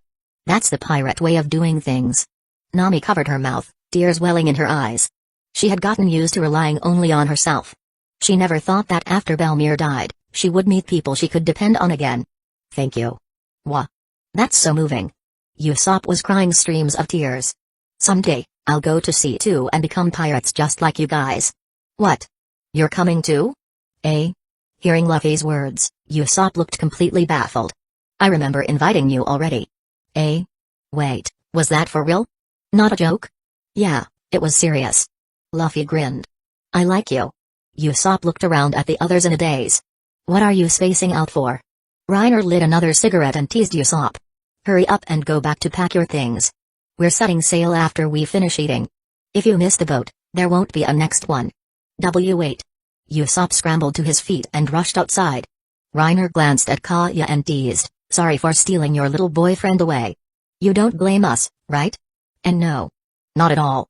Kaya blushed faintly and stammered, I always knew Usopp would go out to sea someday. Although Kaya said this, a hint of sadness could still be seen in her eyes. Soon, after finishing their meal, Kaya and Mary led them to the port. Usopp was already there, waiting next to a single-masted sailing ship. The ship had a white sheep's head figurehead, a large mainmast on the deck, and a triangular sail at the stern, with a two-story cabin structure sitting atop it. This ship might look a bit retro, but I designed it myself. Mary gestured towards the ship, introducing it to the group. It's a fast caravel. I named it the Going Merry. While Mary was explaining things to Nami, the others had already eagerly boarded the ship. Ha ha, this is awesome. Luffy was sprawled over the sheep figurehead, arms and legs wrapped around it, looking up with a huge grin. From now on, this is my special seat. Chapter 9, Reiner's Logistics Life. Reiner stood on the deck, surveying the ship. He stomped his foot, and the wooden planks creaked. Looks like my life in logistics is about to begin. He climbed the rope ladder to the crow's nest and looked down. Zoro was already sitting on the deck to one side, leaning against the railing and starting to doze off. Looking up, the vast azure sea stretched out before him. He turned again to look towards the island. His gaze pierced through the forest, and he could vaguely make out the scattered houses of the village. The view up here is pretty good. He leaned on the railing, looking down with a smile. Then I'll claim this spot. From now on, lookout duty is mine too. Ah, okay, Luffy replied with a laugh. Reiner jumped down from the crow's nest and opened a large blue backpack. It contained some supplies gifted by Kaya, besides food, the rest were daily necessities and a small amount of medicine. Even shampoo and shower gel? Mary is quite thoughtful. After organizing and inventorying the items, Reiner began exploring the Going Merry. A trapdoor on the deck near the mast opened downwards into the men's dormitory, which held 2 sofas and several hammocks in the corner. Pretty Spartan, Reiner sighed, looking at the simple dorm. The cabin at the bow housed the cannons and ammunition. The main 2-story cabin structure sat mid-deck. The first floor was the storage room, with several cannons mounted on either side. Reiner placed some of the supplies here. The women's dormitory was located below the storage room. Reiner took a quick peek. Its furnishings were clearly much more luxurious than the men's dorm, featuring sofas, tables, bookshelves, wardrobes, etc., and even a bar counter. Outside on the deck, stairs on either side led to the second floor, which housed the combined living area, comprising the kitchen, dining room, meeting room, and so on. After exploring for a while, Reiner summoned several skeletons and had them sort and place the supplies. Not bad, Reiner. Nami came aboard, smiling as she looked up at Reiner leaning against the railing outside the second floor. Your ability can even be used for chores like this. Looks like things will be much easier from now on. Piece of cake. I'll have them clean the whole ship inside and out later, Reiner waved dismissively and grinned. Although his current combat-ready undead were only those made from the Luffy, Zoro, and Kuro templates, he still had plenty of miscellaneous grunts, including Morgan. These could be used for chores without any concern. He had modeled Kuro's template after Wolverine. Being undead, it still looked somewhat creepy, but at least it resembled a person. In regular combat, it was fine against minor foes, but he wouldn't personally engage named enemies. He wanted to maintain a clear distinction between himself and his undead in the eyes of the world. Until he obtained top-tier combat undead, he needed to hide his own capabilities as much as possible. It wasn't that he completely lacked combat ability. Thanks to his devil fruit enhancements, his physical stats weren't bad. But his own strength was only average, not comparable to Luffy or Zoro, maybe not even his own undead summons. He had only transmigrated a year ago. No matter how much he trained, the improvement was limited. He didn't have some hypothetical effort fruit that allowed him to defy limits through hard work alone. Unless he activated his transformation, becoming the Necrolord, But that was too conspicuous and detrimental to his preferred low-key early development strategy. In his transformed state, his physical attributes would be based on the highest corresponding stats among his undead. For example, currently, he could gain Kuro's speed, Zoro's wrist strength, and other attributes based on the relatively balanced Luffy template. Simply put, his strength ultimately depended on the undead he possessed. Transmigration didn't grant other bonuses like automatic invincibility through effort. That was just wishful thinking. However, his golden finger, the devil fruit itself, had a very high ceiling. What he lacked was time. As for what teacher Kaido said about Haki transcending all, he took it as just one perspective. He himself was a devil fruit user. Ultimately, strength determines who's right. Enel also called himself a god, didn't he? And Luffy still kicked his ass. By that logic, does fate transcend all? In the end, human effort makes the difference. Bringing his thoughts back, he realized his cigarette had burned down. Usopp finished loading his things onto the ship, and they raised the anchor, preparing to set sail. Goodbye everyone. Goodbye Usopp. Goodbye Kaya. When I come back, I'll tell you adventure stories even more amazing than my tall tales. Usopp waved goodbye to Kaya. Today, he had finally taken the first step towards becoming a brave warrior of the sea. Kaya and Mary stood quietly on the shore, watching until the small ship disappeared over the horizon. Ms. Kaya, a few days ago, I heard something about Usopp from the villagers. Mary smiled gently and began speaking slowly. Before his mother passed away, Usopp ran through the village shouting pirates are coming. All the way home, he excitedly told his mother that his father had returned to take them with him out to sea. Perhaps it was out of loneliness, but even after his mother died, he continued to shout pirates are coming. In the village every day. The villagers say his lies carried a powerful wish, hoping that one day his father really would come back for them. Kaya listened quietly to Mary's words, gazing out at the sea as if lost in thought. Mary. I want to study medicine. Is that so? You've suddenly made quite a big decision. Aboard the Going Merry, the crew was celebrating. Let's toast to the Going Merry and to Usopp. Cheers. I see you don't have a pirate flag yet. Usopp looked up at the empty mast. The flag is the soul of a pirate crew. Tell me your ideas, my drawing skills are top-notch. Really? Luffy's face lit up with excitement. I didn't know you had that talent. This great Usopp often painted on the village walls, it's a skill honed since childhood, Usopp boasted proudly. Soon, Reiner brought out a bolt of black cloth, several cans of paint, and some brushes from the storage. Usopp began drawing flamboyantly on the black cloth, and in no time, he completed a pirate flag. A white skull wearing a yellow straw hat, with a pair of crossbones behind it. Not bad, Usopp. Reiner took the flag, genuinely impressed. I'll go hang it up. Can you outline the design on the sail? I'll have my skeletons fill in the paint. Leave it to me. Soon, with Usopp and Reiner working together, the same large design as the flag was painted onto their mainsail. The crew looked at it, smiling couldn't help but appear on their faces. The Straw Hat Pirates were officially formed. Nami, how long will it take to reach Kokoyasi village? Reiner suddenly asked. Nami answered immediately without thinking, 2 days. But I have to ask again, are you really sure about this? Arlong's bounty is 20 million, but I suspect his strength is far greater than that. In the past, many Marines who came to subjugate Arlong failed without exception. He's secretly colluding with a certain Marine branch to suppress many of his crimes, so his bounty hasn't increased. Hearing this, Zoro frowned slightly. He used to make a living hunting wanted criminals and knew something about the Navy's bounty rules. To some extent, a bounty reflected strength, and 20 million was definitely very high in the East Blue. Based on what Nami said, Arlong's strength was likely far greater than they imagined. Chapter 10, Kokoyasi Village 20 million Bailey, huh? That's quite a hefty bounty, Reiner thought. Too bad they were pirates and couldn't cash it in. Still, Arlong had been accumulating wealth for years, there was probably a lot of treasure to be gained. As for whether they could win, Arlong was certainly strong in the original story, but Reiner figured it would be an easy fight. He was very confident. In a head-on confrontation, just sending out the Wolverine summon might be enough. Since it was undead, without the concept of life, he could repair any damage. Even if it got tied up, Reiner could simply recall it and summon it again. Relying on its high speed and high attack, as long as it could inflict damage, it could wear Arlong down to death. As Nami continued her explanation, the group got a better idea of Arlong's strength. He can flip a house over barehanded? Usopp immediately collapsed onto the deck, clutching his chest dramatically. Oh no. I've contracted a strange disease where I'll die if I set foot off this ship. Arlong is all up to you guys now. Are you okay, Usopp? Luffy turned, saw Usopp suddenly collapse, and panicked, rushing over and shaking him. Watching these two clowns, Nami and Zoro's faces darkened. They sighed, rubbing their foreheads. This idiot. Anyway, Arlong is very strong, Nami said worriedly. I know you guys are monster level strong too, but honestly, I'm still not sure. If we fail, we'll all die. Don't worry, Nami. Reiner spoke up reassuringly with a smile. They're really strong. Plus, you have me.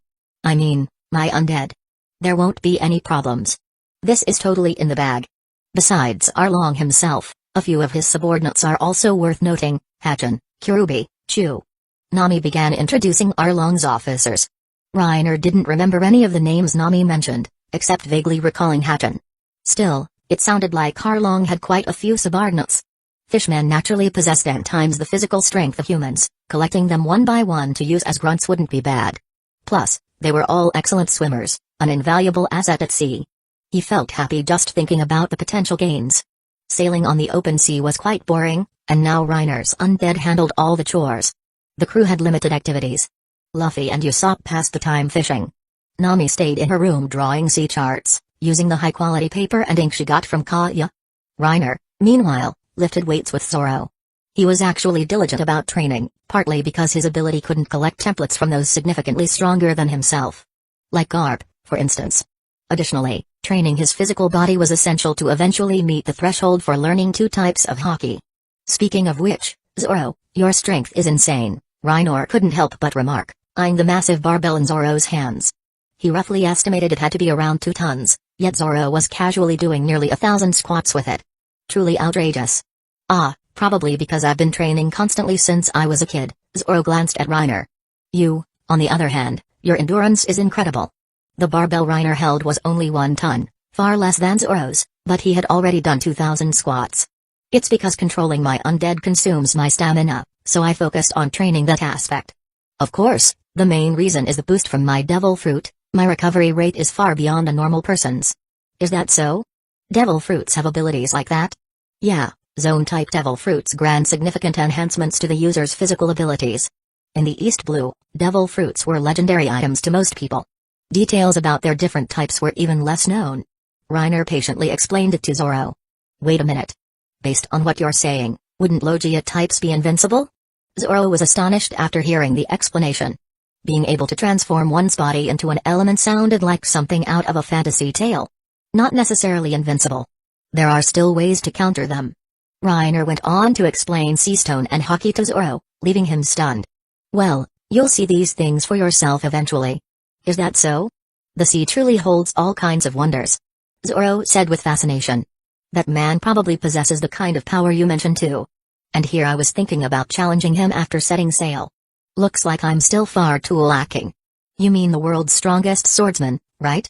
He could probably beat you without even using a sword, ha ha ha. If he appeared before you right now, would you challenge him?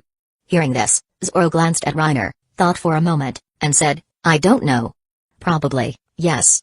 Is that so? Figures, you stubborn mule. Ironhead King, huh? Oh, nothing. Reiner gave a slight cough, silently roasting, commenting in his mind. Old times had Daredevil, who was courage incarnate. And you, my friend. You are Daredevil incarnate. Translator's note, implying reckless bravery rather than just courage, and so, 2 days passed. The Going Merry finally carried them to the waters near the Kanamai Islands. This was an archipelago composed of over 20 small islands, each with its own village. Without exception, all were under Arlong's rule. Everyone was forced to pay fees, failure to pay meant death. Several villages had even been completely wiped out. Let's head to Kokoyasi village first. If we go straight to Arlong Park, our ship will probably be destroyed before we even get close, Nami said quietly, her face grim. Her mood was written all over her face, and the others remained silent. Reiner summoned 2 undead to handle the ship's helm. Following Nami's directions, the Going Merry slowly sailed towards Kokoyasi village. It's pirates. Pirates are here. Quick, go find Genzo. Wait, look. Isn't that Nami up there? The villagers were clearly thrown into disarray by the Merry's appearance, but soon they spotted Nami standing at the bow. I'm back, everyone. It's Nami. She's back. Quick, go tell Genzo and Nojiko. No need, we'll head straight over. Okay then. By the way, Nami, these pirates behind you. Several villagers at the port eyed the crew with a degree of caution. Nami smiled and waved dismissively. Don't worry, they're not bad people. They're my nakama. Is that so? Well, anyway, it's good that you're safe, Nami. Then I'll head back now, everyone. Goodbye. With that, Nami led them towards the village. Occasionally, they saw houses that had been completely overturned. Although they had heard about it from Nami, seeing it firsthand still made them marvel at the astonishing strength of the fishmen. Hey, are you kidding me? Are we really going to fight monsters like that? Usopp was already starting to tremble. Nami led the way, speaking without turning back. Arlong's crew doesn't know we're here yet. If you want to back out, now's the time. I won't say anything if you just leave. Don't underestimate us, stupid woman.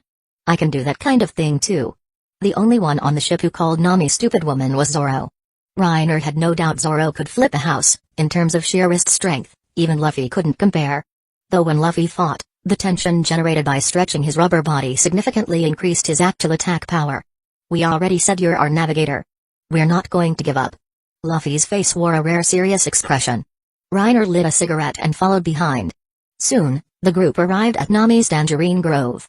As they approached, they heard the sounds of an argument coming from within. Stop it. This is all money Nami worked painstakingly hard to save. What saved money? This was all stolen. It's illicit funds and should be confiscated. Damn it. Can you even call yourselves Marines acting like this? Oh no. Hearing the commotion, Nami gasped, gritted her teeth, and rushed into the Tangerine Grove. Damn it. Chapter 11, Arlong Park. The group followed Nami quickly into the Tangerine Grove. As soon as they entered, they saw a young woman with short blue hair anxiously and angrily confronting a group of Marines. Are you okay, Nojiko? Nami rushed forward to Nojiko's side, then immediately turned her glare towards the Marines opposite them. Before she could ask anything, a shifty-eyed Marine officer with 3 long whiskers on each cheek stepped forward. I am Captain Nezumi of Marine Branch 16. We received intelligence that stolen funds are hidden here. Now, all these illicit funds are to be confiscated. Captain Nezumi had a treacherous look on his face. As he spoke, he gestured behind him, where several subordinates were digging up a wooden chest filled with treasure. Nami's face darkened, but she didn't act rashly, her mind racing. How did the Marines know about this place? I've always been so careful.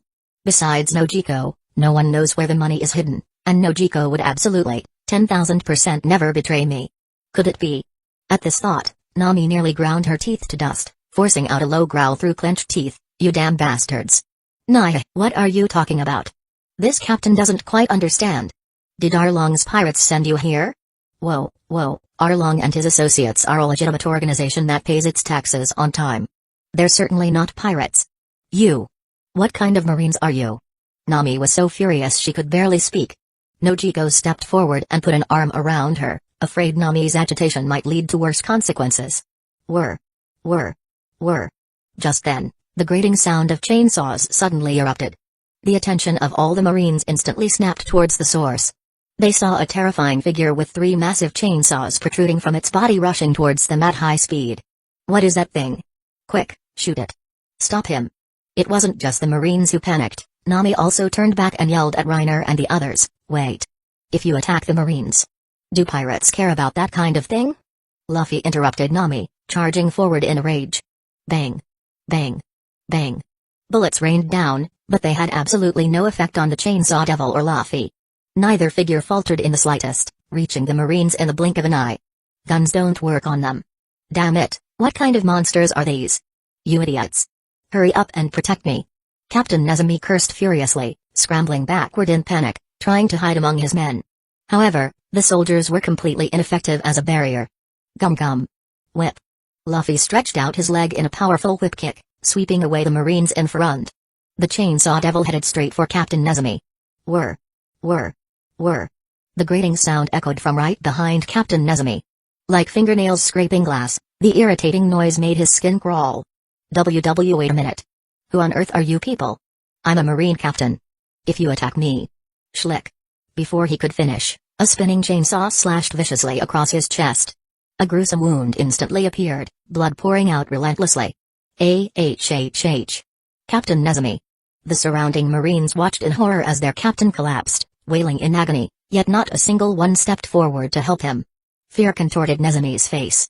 He sat paralyzed, desperately trying to push himself backward with his feet, screaming and begging for mercy, Please, don't kill me. I'll give you money. Lots and lots of money. However, the chainsaw devil remained silent, simply stalking closer step by step. Ah. No. Street stop. Under the menacing threat of the two terrifying chainsaws, Captain Nezumi bid farewell to the world amidst pain and terror. Captain Nezumi is dead. Run. Devil. He's a devil. Seeing the Marines scatter in panic, Reiner promptly recalled the chainsaw devil. He had no particular penchant for killing for fun. Let's go. Straight to Arlong. Lead the way, Nami. Luffy spoke coldly, pulling his straw hat down low over his eyes. It was clear he was in a very bad mood. Oh, okay. Okay. Nami stammered in agreement, still trembling.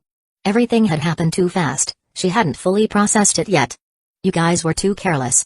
Zoro emerged from the tangerine grove, holding two fishmen. They had likely been sent by Arlong to secretly watch the Marines, preventing Captain Nezumi from pocketing the money himself. He tossed the two fishmen onto the ground. Both had deep sword wounds and were no longer breathing. Not bad, Zoro. Very alert, Reiner praised with a smile. Nojiko looked at the group, trembling slightly. Nami, who are these people? It's okay, Nojiko. They're my nakama. We came back this time. Nami's eyes flashed with determination. To overthrow Arlong. Wait, Nami. Don't say any more, Nojiko. My mind is made up. I trust my nakama. Luffy, Reiner, Zoro. Let's go. Nami pulled her hand away from Nojiko's grasp and walked off without looking back, leaving Nojiko standing alone, stunned. Nami. Watching the group head towards Arlong Park, Nojiko's expression was complicated. Inside Arlong Park. Beneath a tall, imposing tower, a group of fishmen laughed and played in a swimming pool. Under a long awning nearby, a row of deck chairs was set up.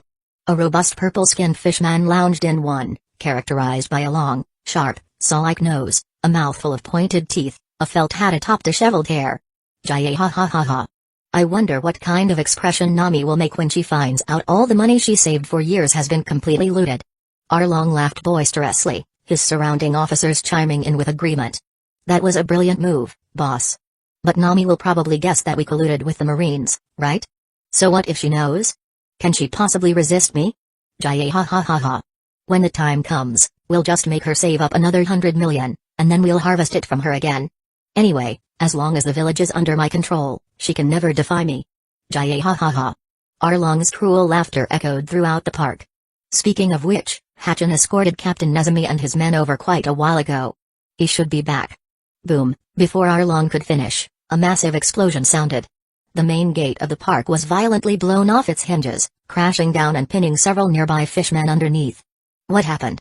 Hey, are you guys okay? Who did this? The huge commotion drew everyone's attention. Arlong frowned, his gaze turning cold as he looked towards the entrance.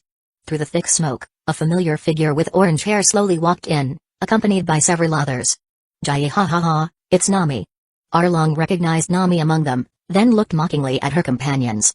Well now, looks like this isn't exactly a friendly visit. You're Arlong, right? Luffy shouted, his face grim, walking straight towards Arlong, who was surrounded by several fishmen.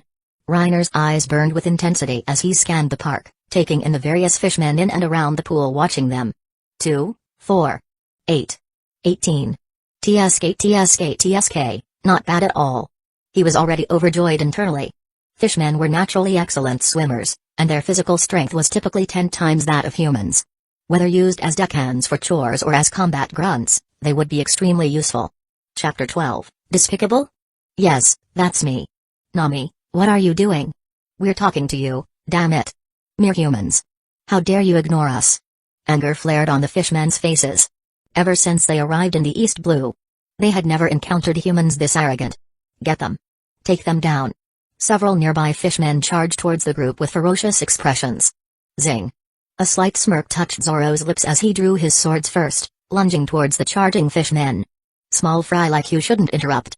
The twin swords in Zoro's hands radiated a chilling light. In the blink of an eye, he was before the fishmen, unleashing a flurry of flashing blades. Schlick. Schlick. Schlick. Erg. Instantaneously, the leading fishmen collapsed into pools of blood. Bastard! What did you do? Arlong gritted his teeth, roaring in a low voice, how dare you harm my brethren? He was an extreme racist. In his heart, humans were nothing but lowly, inferior beings, while his fellow fishmen were paramount. These guys aren't small fry. Don't let the brothers waste their lives needlessly. Chu, Kirubi. You two go. Yes. Boss Arlong. Following the order, several officers stepped forward, confronting the intruders. The fishman called Kirubi was tall, with long fins on his arms, his hair tied in two buns, and a long braid down his back. King Naza. Reiner thought, his gaze shifting to the other fishman. That one was a kissing fishman, tall and thin, with long lips and a touch of blush on his cheeks. Nami, what is the meaning of this? The kissing fishman, Chu, glared at Nami. The bun-haired fishman, Kirubi, snorted contemptuously. Humphrey. I told you long ago this woman couldn't be trusted. We came here today to declare war. Nami glared furiously at Arlong further back, shouting through gritted teeth, Arlong. Today, I officially leave your crew and join the Straw Hat Pirates. Oh? Arlong stared at Nami with amusement, mocking her, meaning, they're the helpers you found? Just them? Ha ha ha. Don't make me die laughing, Nami. Considering your talent, I'll give you one more chance. As long as you continue drawing sea charts for me, I can let bygones be bygones and spare you. Hey. Draw sea charts for you? Nami lifted her somber face. Recalling how she worked day and night in that small, dark, suffocating measuring room, constantly under the threat of cold steel, her expression gradually twisted into a snarl. She roared at Arlong, I wish you dead even in my dreams. Arlong. In that case, you can all just die here. Arlong grinned ferociously, stood up, reached down, and ripped the deck chair bolted to the floor right out, roots and all, hurling it towards them. Is Boss Arlong going to fight himself? These humans brought this upon themselves. Reiner had already summoned his 3 powerful undead minions. The Katana Devil raised its hand and sliced the flying iron chair in two. Luffy leaped through the gap and charged towards Arlong. You think you're worthy of Boss Arlong fighting you personally? Just as Kirubi and Chu were about to intercept, the Chainsaw Devil and the Wolverine Summon moved to block them. What the hell are these things? Is this some strange race? No, cyborgs. Kirubi and Chu stared in astonishment at the two suddenly appearing undead. Even having traveled the Grand Line, they were taken aback. Meanwhile, Luffy had already reached Arlong. He stretched his arm far back, then rapidly contracted it, whipping it towards Arlong. Gum gum. Pistol. Luffy's fist, filled with rage, slammed into Arlong's face unexpectedly. Arlong was sent flying backward instantly, crashing heavily against a wall and sliding down like soft mud. Arlong-san. His arm stretched. Arlong stood up, frowning deeply, and wiped a trace of blood from the corner of his mouth. A devil fruit user? Seems I underestimated you. However, don't think having a devil fruit makes you invincible. Without another word, Arlong charged at Luffy. He dodged Luffy's punch, ducked low, and aimed a heavy blow at Luffy's abdomen. However, Luffy didn't dodge, pulling back his fist and punching towards Arlong's face. Bazooka. The force of the blow contorted Arlong's face, slamming his head hard onto the ground, instantly cracking the ground and creating a deep crater. Simultaneously, Luffy was knocked back by Arlong's punch, but being rubber, blunt attacks had no effect on him. This was why he chose to trade blows. It had to be said, Luffy's combat instincts were top tier. Cough. Cough. Arlong spat out a mouthful of blood. Seeing Luffy press forward again, he braced one hand on the ground and plunged the other into the swimming pool. Water shot. What? Massive water bullets materialized instantly in front of Luffy, hitting the astonished Straw Hat captain and sending him flying back. At the same time, Arlong, realizing blunt force was ineffective against Luffy, ran towards a room to retrieve his sawed-off sword, Garibachi. Cutting back to Reiner's side, Zoro was already engaged with Chu, while Kirubi was being suppressed by Reiner's Katana Devil. The remaining Chainsaw Devil and Wolverine Summon were steadily cutting down the surrounding fishmen grunts who swarmed them. As for Nami and Usopp. Nice one. Go get him. The two were hiding behind a wall providing moral support, joined, of course, by Reiner. If things keep going like this, we'll definitely win. Nami couldn't suppress the grin spreading across her face as she watched the battle unfold. She never expected Luffy alone could fight Arlong so evenly. About time, Reiner thought, overjoyed by the performance of his two undead. He began moving around the battlefield, touching corpses to collect templates. Hope Luffy keeps him busy for a while longer. If these fishmen scatter and dive into the sea, they'll be hard to catch, Reiner thought. This was why he wasn't pressing the advantage with all his summons to take down Arlong immediately. As long as Arlong hadn't fallen, these fishmen wouldn't lose their fighting spirit. And he would have a continuous supply of undead templates to collect. He even intentionally had the Chainsaw Devil duo hold back slightly, otherwise, these fishmen might have lost the nerve to attack after just a few encounters. He was purely fishing for templates here. What are you doing to my comrades? A deep, resonant voice sounded from behind him. Busted? Reiner turned to see an octopus fishman with 6 arms, carrying a large water pot on his back, staring at him. Hatchin? Reiner blurted out instinctively. Eh? You know me? No, wait. What are you doing to my comrades? Hatchin demanded angrily, looking at the fallen fishman near Reiner. He had been sent to pick up a marine who looked like a rat, but after waiting by the shore for ages, no one showed up. He went inland to check, only to find the marine Arlong wanted him to meet already dead. Seeing this, Hatchin immediately returned to report to Arlong, only to stumble upon this massacre. Bodies strewn everywhere wasn't an exaggeration. Hatchin, you're back. Great. Quick, help us. Several fishmen spotted Hatchin and yelled urgently. Reiner pointed towards the 2 undead currently cutting down fishmen. Your comrades? Those 2 killed them. I don't know them. Eh? Is that so? Sorry for misunderstanding you. Ah, no problem. Go settle the score with them. You 2 bastards. Taste my 6-sword style. Hatchin drew his 6 swords and charged towards the 2 undead. No wonder he helped Zoro get to Kokoyasi village in the original story despite Zoro cutting down a bunch of fishmen. So gullible. The instant Hatchin turned his back, Reiner raised his rifle and aimed squarely at him. He didn't want to be associated with his undead abilities for now, so he tried to avoid using them in plain sight whenever possible. Taking cheap shots from the shadows was definitely the best approach. Yes, I'm despicable. I'm underhanded. Correct. Reiner pulled the trigger without hesitation. Bang. Chapter 13, Do you even understand assassins? Watch out behind you. Brother Hookie. 2 fishmen by the pool screamed in terror watching Reiner, but before their warning could reach Hatchin's ears, the bullet arrived first. Hatchin, who was charging forward, didn't even have time to feel the pain in his back before he stumbled and fell heavily to the ground. Whir. Schlick. Schlick. The 2 fishmen by the pool were also quickly dispatched by the chainsaw devil. Hatchin pushed himself up with his arms, laboriously turning his head to look at the sinisterly grinning Reiner, a trace of unwillingness on his face. You. Despicable. With that, he passed out. What's that? What did he just say? Reiner walked over indignantly, reversed his grip on the rifle, and tapped Hatchin's octopus head again for good measure. Who could be more despicable than you guys? Reiner scoffed. He scanned the area. The fishmen were basically dealt with. Those who dared to fight were all lying on the ground, the rest had almost all fled. Zoro had already defeated the fishman officer Chu and joined Luffy in his battle against Arlong. Reiner then looked towards the Katana Devil fighting Kirubi. Damn ghost thing. Kirubi cursed under his breath, staring grimly at the Katana Devil before him. He was being suppressed in both speed and strength, and his opponent's sword skills were superb.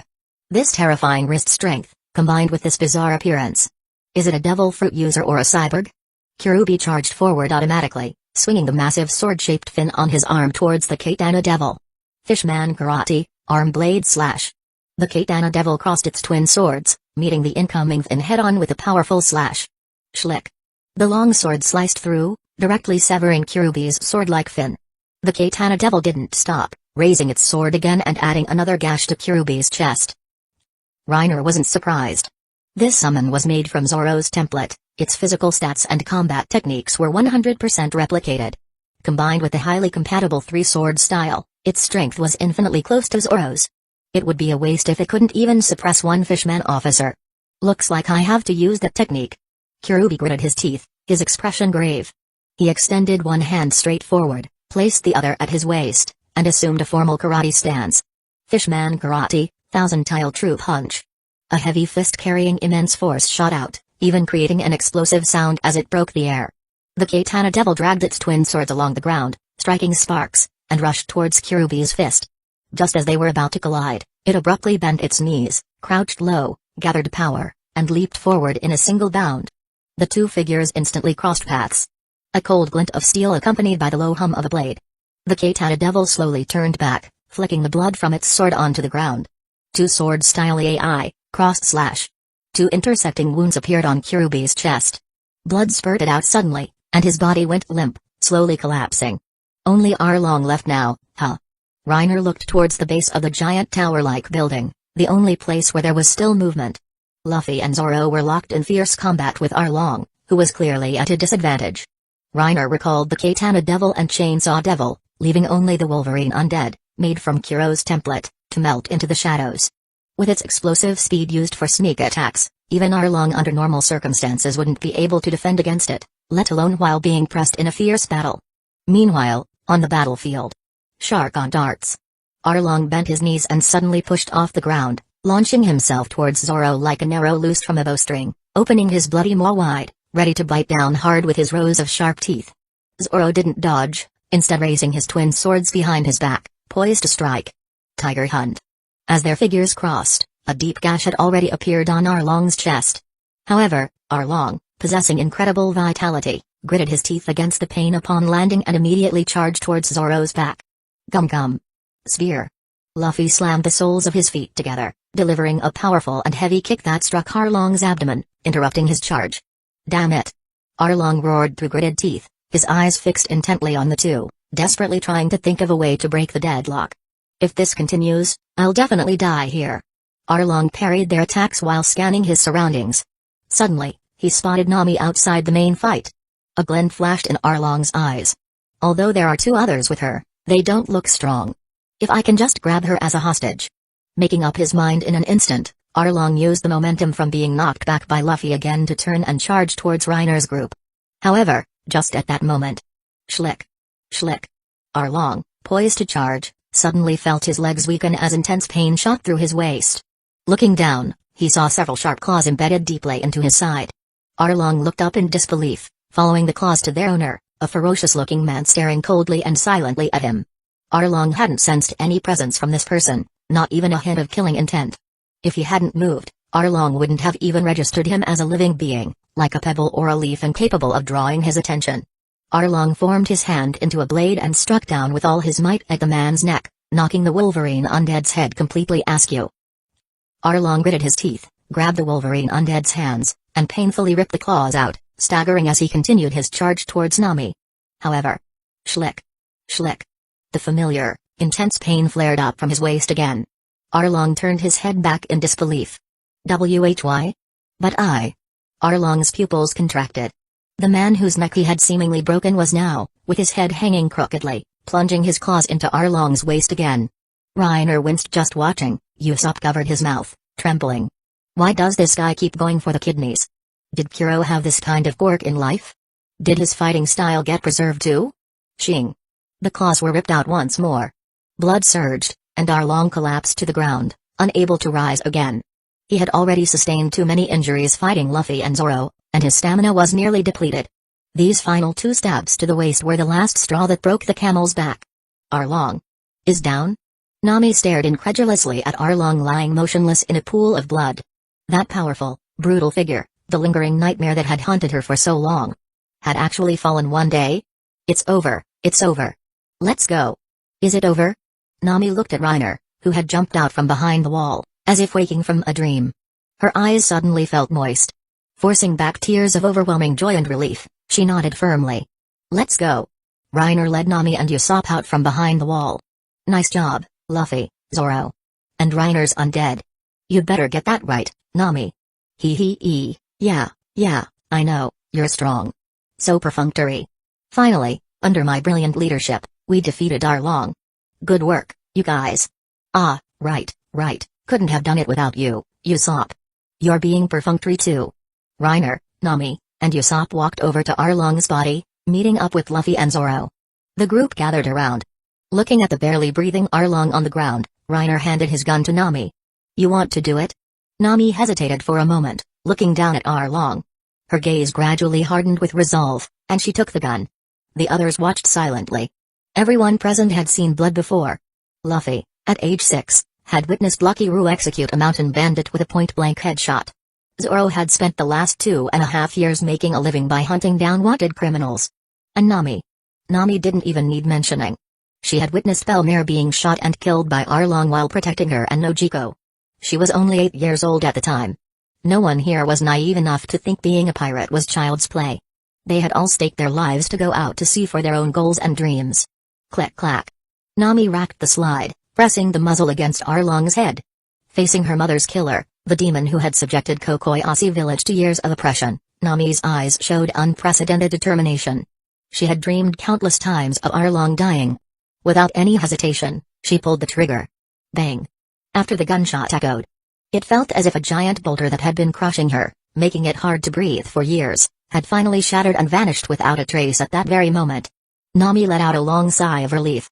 Her body suddenly went limp, and she collapsed onto the ground, the gun falling loosely beside her. "Wipe the blood off your face." Reiner handed her a handkerchief and patted her shoulder. He crouched down, and an azure flame emerged from his palm, covering Arlong's body. Chapter 14, Who Said Undead Can't Be Weapons? "Nami, we came to save you. Let's get Arlong and his crew." Just then, outside Arlong Park, throngs of villagers surged forward, faces filled with anger, clutching simple weapons in their hands. Hearing the commotion, the crew turned to look. The man leading the charge wore a dark brown guard uniform, with a distinctive pinwheel attached to his cap. His body was covered in stitched-up wounds. "Genzo." Nami turned her head, looking surprised at the newcomers. "Why is everyone here? Could it be Nojiko? That old guy looks weird. He's got a pinwheel growing on his head," Luffy remarked curiously, wearing his straw hat. Reiner understood immediately, guessing the villagers' intentions. He turned and slipped towards Arlong's tower. "Nami, you handle things here for a bit. I'm going to go check for loot." A while later, inside Arlong's room, Reiner looked at the scattered cash he had managed to gather. After a quick count, it came to roughly 400 million Bailey. He scratched his golden hair and sighed, much less than I expected. It was definitely a huge sum, but still less than he had anticipated. Arlong's crew had controlled over 20 villages here, and aside from the few completely destroyed, the rest had been under his exploitation for years. A monthly life preservation fee of 100,000 Bailey per adult and 50,000 per child. Even a small village must have around 100 people. How could they only have amassed this much after so many years? Thinking this, Reiner couldn't help but curse under his breath. Do these bastards really know how to blow money? Oh well, at least it's more than enough to feed Luffy. Right? Reiner couldn't help but recall Luffy's ability to devour 100 million Bailey worth of food in a single banquet. Reiner sighed again, gathered up all the money, shouldered his backpack, and left. Walking out the door, he bumped right into Nami, who was about to enter. "Nami? What are you doing here?" "I came to get the sea chart side ruby for." "What's that you're carrying behind you?" Nami stared intently at Reiner, a fiery glint in her eyes. "Reiner. Hee. 50-50? Dame. No, 40-60. Dame. No." Soon, the group returned to the village with the villagers. Reiner and the others went to rest at Nami and Nojiko's house. "This is dried tangerine peel we sun-dried ourselves. Please try some." Nojiko brought over several cups of dried tangerine peel tea, offering them with a smile. When Nami had led them towards Arlong Park earlier, Nojiko had immediately gone to find Genzo, which led to the villagers marching over later. "Delicious." "Yeah, not bad. I'm glad you like it. Our poor little village doesn't really have much to offer as thanks. I'll pack some dried peels for you to take with you later. Don't talk about rewards. We've already received the best treasure." "Is that so? Nami will surely be very happy with you all." Nojiko left, content, to pack the tangerine peels as a thank you gift. Having just finished fighting, the crew members were all rather hungry, lounging weakly on the sofa. Grumble. I'm gonna die." Luffy flopped down listlessly. The villagers were already cooking, preparing a feast to reward them. Reiner lit a cigarette and began contemplating Arlong's template. With a wave of his hand, several dancing azure flames appeared. Reiner could faintly sense the flames representing Arlong and Zoro attracting each other. "Should I merge them?" Reiner murmured. Yes, templates with sufficient compatibility could be fused. However, their stats wouldn't simply stack. Instead, the fusion would take the higher value for each individual attribute, compensating for weaknesses with strengths. Both Arlong and Zoro possessed outstanding wrist strength. Additionally, Arlong's bite force was extremely powerful, and Zoro, due to his three-sword style, had also specifically trained his jaw strength. That's why these two templates had a high degree of compatibility. Forget it. It's too wasteful just for that small stat boost. Given Zoro's rate of improvement, I can just update his template later, and his stats will increase directly. He had other ideas for Arlong's template. Rather than Arlong's wrist strength, Reiner valued his steel-like nose and rock-crushing teeth more. Especially the characteristic that his teeth could continuously regenerate. After contemplating for a while, Reiner focused his thoughts, and a void crack opened in midair. "Oh ha ha ha. Reiner, are you making a new monster?" Luffy's eyes lit up instantly upon seeing Reiner's action. "A robot. Make a robot this time, Reiner." "I already told you, I can't make robots." "Then what are you planning to make?" "A weapon." "Is it a laser gun?" From within the void crack, A silvery white sword hilt gradually emerged. Reiner reached out, grasped the hilt, and pulled sharply. A double-edged sword, entirely silvery white with sharp serrated edges on both sides, appeared in his hand. The pommel was a ferocious skull about the size of a fist, with a sharp point like Arlong's saw nose protruding from it. Looks kinda plain," Luffy said with a look of disdain. Reiner, however, showed a strange smile. "What if I told you? It can extend?" "Extend? Isn't that just like me?" Reiner aimed the bone sword in his hand towards a large rock outside the door. With a thought. In the next instant, the sword's blade abruptly shot forward, the saw-like tip rocketing towards the boulder. Boom. The massive rock instantly shattered into pieces. Wait, that move is... Yeah, Arlong's shark on something or other arrow? But it's far more versatile than that. As Reiner spoke, the bone sword suddenly bent, its tip whipping back around to stare straight at Luffy, like a snake. It's ultimately an undead creature. You can think of it as a bone snake, I just shaped the tail end into a hilt. Technically, it was a chain sword. It could extend because the blade was composed of bone teeth, utilizing the regenerative properties of Arlong's teeth, which could be regrown by consuming stamina. Chain swords are very useful weapons, but the techniques are difficult to master. However, Reiner thought, do undead creatures even need to practice?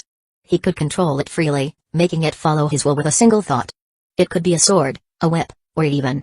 The bone sword suddenly coiled, wrapping around itself layer by layer to form a silvery white round shield covered in sharp spikes, the ferocious skull sitting right at the center. If anyone mistook it for just a shield and got close, Reiner could give them a demonstration of shoot him dead, Shenso in minutes. Translator's note, Bleach reference to Jinokamaru's Banchi, implying a sudden, deadly piercing attack from the shield. Oh ha ha ha, it transforms. Reiner, make one for me quick. Reiner simply tossed the bone chain sword to him, directly commanding the undead weapon to obey Luffy's commands. Luffy eagerly ran outside with his new toy, having a blast. But less than 3 minutes later, he ran back crestfallen and dejected. "I'm so hungry. Dinner's ready, everyone. Alright. Banquet time." Hearing the call from outside, Luffy immediately dashed out, with the others following close behind. "Reiner, wait a second. I want to talk to you about something." "What's up?" Reiner turned back to look at Nami, who had called out to him. Was she looking a bit shy? Could it be? About the money we got from Arlong. Dame. No, that's not it. I wanted to ask if we could leave some for the villagers of Kokoyasi. Sure. How much is good? 50 million? Take whatever you want. Then. 100 million? That's fine too. Then how about? Hold on. Are you sure any amount added after this isn't just going straight into your own pocket? Reiner couldn't help but interrupt. Nami's face suddenly turned even redder. Ahem. 100 million it is, then. Alright, little miss looks decent but hides it well, huh? Playing coy, were you? Chapter 15, Sanji. The next day, the weather was clear, not a cloud in the sky. On the boundless azure sea, the Going Merry sailed peacefully. On deck, Reiner, Luffy, and Usopp sat in a circle, expressions grave. Nami and Zoro sat slightly apart, observing closely. Testing the waters. A 3. A small raise. A 4. Pass. You don't even have a 4? You're not doing so hot, Luffy. Cut it out. Don't think you can trick me into breaking my pair. Usopp gritted his teeth, looking at Luffy. This guy. He's gotten smarter. Most of the time, sailing was quite boring, especially after Reiner's miscellaneous summons took over all the chores. So, Reiner taught them how to play poker. When Luffy and Usopp were fishing, Reiner and Zoro would lift weights. During breaks, they would gather to play cards, with Nami and Zoro often joining in to watch the fun. As for Reiner's card luck, he was basically a charity player. He didn't mind, though, considering it like distributing pocket money to everyone. It's worth mentioning that he was the one managing the crew's funds. Saving? Not his style. But acquiring money. He excelled at that, so saving wasn't necessary. Except when it came to Luffy. If you dared give Luffy money, he'd genuinely squander it all. Suddenly, an undead hawk flew down from the crow's nest. It landed on Reiner's shoulder and pecked gently, its beak pointing towards the ship's bow. This was one of several hawks Usopp had helped Reiner hunt back in Kokoyasi village yesterday.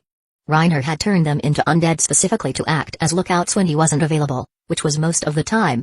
Seeing the signal, Reiner immediately leaped up to the crow's nest. Following the direction the hawk's beak indicated, sure enough, a small green dot was visible in the distance. The sea restaurant Barati. We can finally have a proper feast. Reiner jumped down. Game over, let's settle the score. Shishishi. I won 500,000 Bailey. Luffy grinned widely. Great, another 500,000 down the drain, Reiner thought. Soon, the group arrived at the Verity. It was a giant, 3-story ship floating on the sea, shaped like a fish with an open mouth at the bow. Time to eat. Luffy clutched his newly won 500,000 Bailey and eagerly ran aboard. Hey, wait a minute. Is that a pirate ship? Reiner looked where Usopp was pointing. The massive wreckage of a pirate ship, broken in two, was half submerged in the sea, only the bow and stern sections still floating adrift. That flag belongs to the Krieg pirates. Usopp recognized the allegiance of the wrecked vessel. Hearing this, familiar scenes immediately flashed through Reiner's mind. Hawkeyes, huh? Reiner frowned slightly, his gaze shifting to a small boat moored nearby. The small boat featured a high-backed armchair and several lit candles around it. It was tied to the Verity with a rope. How did such a huge ship sink? No idea. Maybe it got cut? Don't joke around, Reiner. How could anyone cut a ship? Usopp laughed, waving his hand dismissively. The group disembarked and headed straight into the restaurant. The vast dining hall held at least several dozen, perhaps hundreds, of tables, yet it was eerily quiet, with not a single customer in sight. No, wait, there were two. In a corner, a man in a white shirt was dining quietly. A black hat rested beside him on the table, and a black coat was draped over his chair. His movements were subtle and elegant, making almost no sound.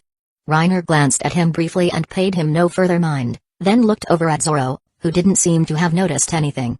This silence was quickly shattered. Clang. Clang. Sound of Luffy banging utensils, food. Ha ha ha. I want to order. Order. Coming. Stop making such a racket. A blond man emerged from the kitchen, looking annoyed at the shouting Luffy. The man wore a black suit over a blue striped shirt, clearly having taken care with his appearance. Reiner and the others walked over and sat down with Luffy. What will you gentlemen be having? Sanji asked coolly, holding a notepad and pen to take their orders. Meat. I want 10 servings of meat. 10 servings? Can you even finish that? Sanji looked up at Luffy, his tone sharp. If you waste food in front of me, I won't forgive you. Sanji's attitude took Luffy aback for a moment. He'd never met such an arrogant cook before. Don't worry, his appetite is definitely not a problem, Reiner looked up with a smile, teasing Sanji. If anything, I'm worried he might exhaust you. Oh? Sanji gave Luffy an interested look. This is the first time I've been challenged like this. Go ahead, try me. Luffy, eat to your heart's content today. Money's no object. Really? Luffy exclaimed excitedly, his eyes fixed intensely on Sanji. When it comes to eating, I've never lost. And when it comes to cooking, I've never lost. Sparks flew between the two as their competitive spirits were instantly ignited. So, what would the rest of you like to eat? Sanji turned to the others, but his words died abruptly as his gaze fell upon Nami. The fighting spirit instantly vanished from his replaced by pink hearts in his eyes. He dropped to one knee before Nami. Eh? Nami was somewhat taken aback, clearly startled by the sudden gesture. An angel. An angel has descended. Sanji fawned, his tone exaggerated. Please allow me to become your captive. Before Nami could even react, a wooden prosthetic leg slammed hard onto Sanji's head. Whack. Ouch. Damn idiot. Harassing the customers again. Zeph scolded, arms crossed. Looks like you don't want to work here anymore. Pack your things and get lost. My restaurant doesn't need a cook like you. Damn old geezer. Sanji glared furiously, jumping up and shouting, no matter how many times you try to kick me out, I won't leave. I'm staying here until you die. What bullshit. I'm gonna live another 100 years. Zeph retorted, turning and heading back to the kitchen. Sanji clicked his tongue, his expression gradually calming. He turned back to Nami with a smile. My apologies for my earlier behavior, my beautiful lady. As compensation, your meal today is on the house. His expression then turned blank as he looked at Reiner and the others. The rest of you pay as normal. Pervy cook, chorused 4 voices. Soon, cooks began bringing out dishes one after another. Sorry for the wait. We heard you're having a duel with Sanji? You've got guts. He even forbade us from helping, said he wants to make sure you leave completely stuffed today. The cooks chatted and smiled, sizing up the crew as they served the food. A showdown between cooks and customers was a rare sight, even after working there for years. They were all excited to watch the spectacle.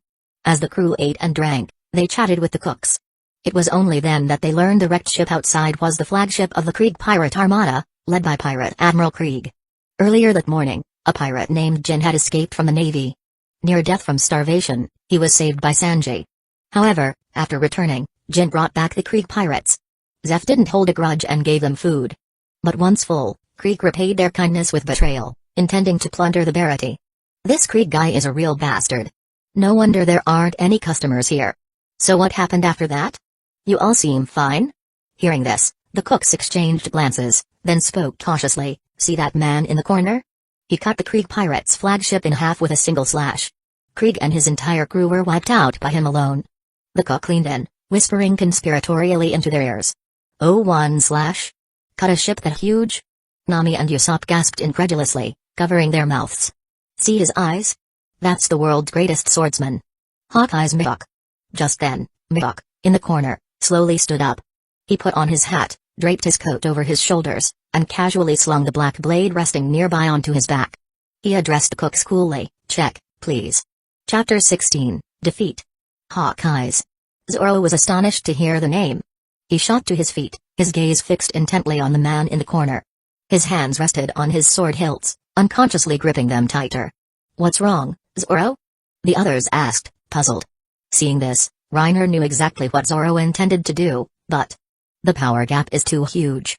Should I stop him? Reiner couldn't help but think. He couldn't guarantee the story would unfold as it originally did. If Zoro died right here. However, when he looked up and saw the resolute determination in Zoro's eyes, he abandoned the thought of intervening. This was Zoro's own path. Besides, even if he tried to persuade him, Zoro definitely wouldn't listen. Hawkeyes walked straight towards the exit, not sparing the intensely staring Zoro a second glance. Wait. Zoro shouted. You're the world's greatest swordsman, right? With that, he drew one sword and pointed it at Mihawk. I challenge you. I have no interest in the weak. Hawkeyes spoke coolly, continuing towards the door without pause. Don't be so arrogant, bastard. Zoro gritted his teeth and chased after him. Hey, Zoro. Nami called out urgently, then looked at the others. Quick, stop him. Didn't you hear?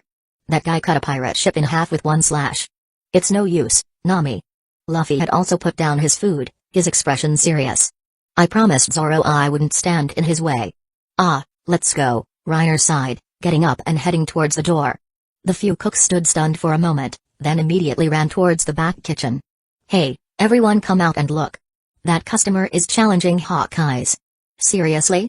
Hey, wait, isn't that guy a really famous bounty hunter? It really is him. Roar Noah Zoro. The back kitchen instantly erupted in commotion as cooks poured out of the restaurant. Sanji, looking puzzled, put down his kitchen utensils and came out. Honestly, what's with this group? Do they love dueling this much? On the deck outside the restaurant, Zoro blocked Mihawk's path, the Wado Akamanji already clenched between his teeth. His purpose for setting sail was to find this very man before him. To defeat him, make his name resound throughout the seas, and fulfill the promise he made long ago. An unprecedented longing burned in Zoro's eyes.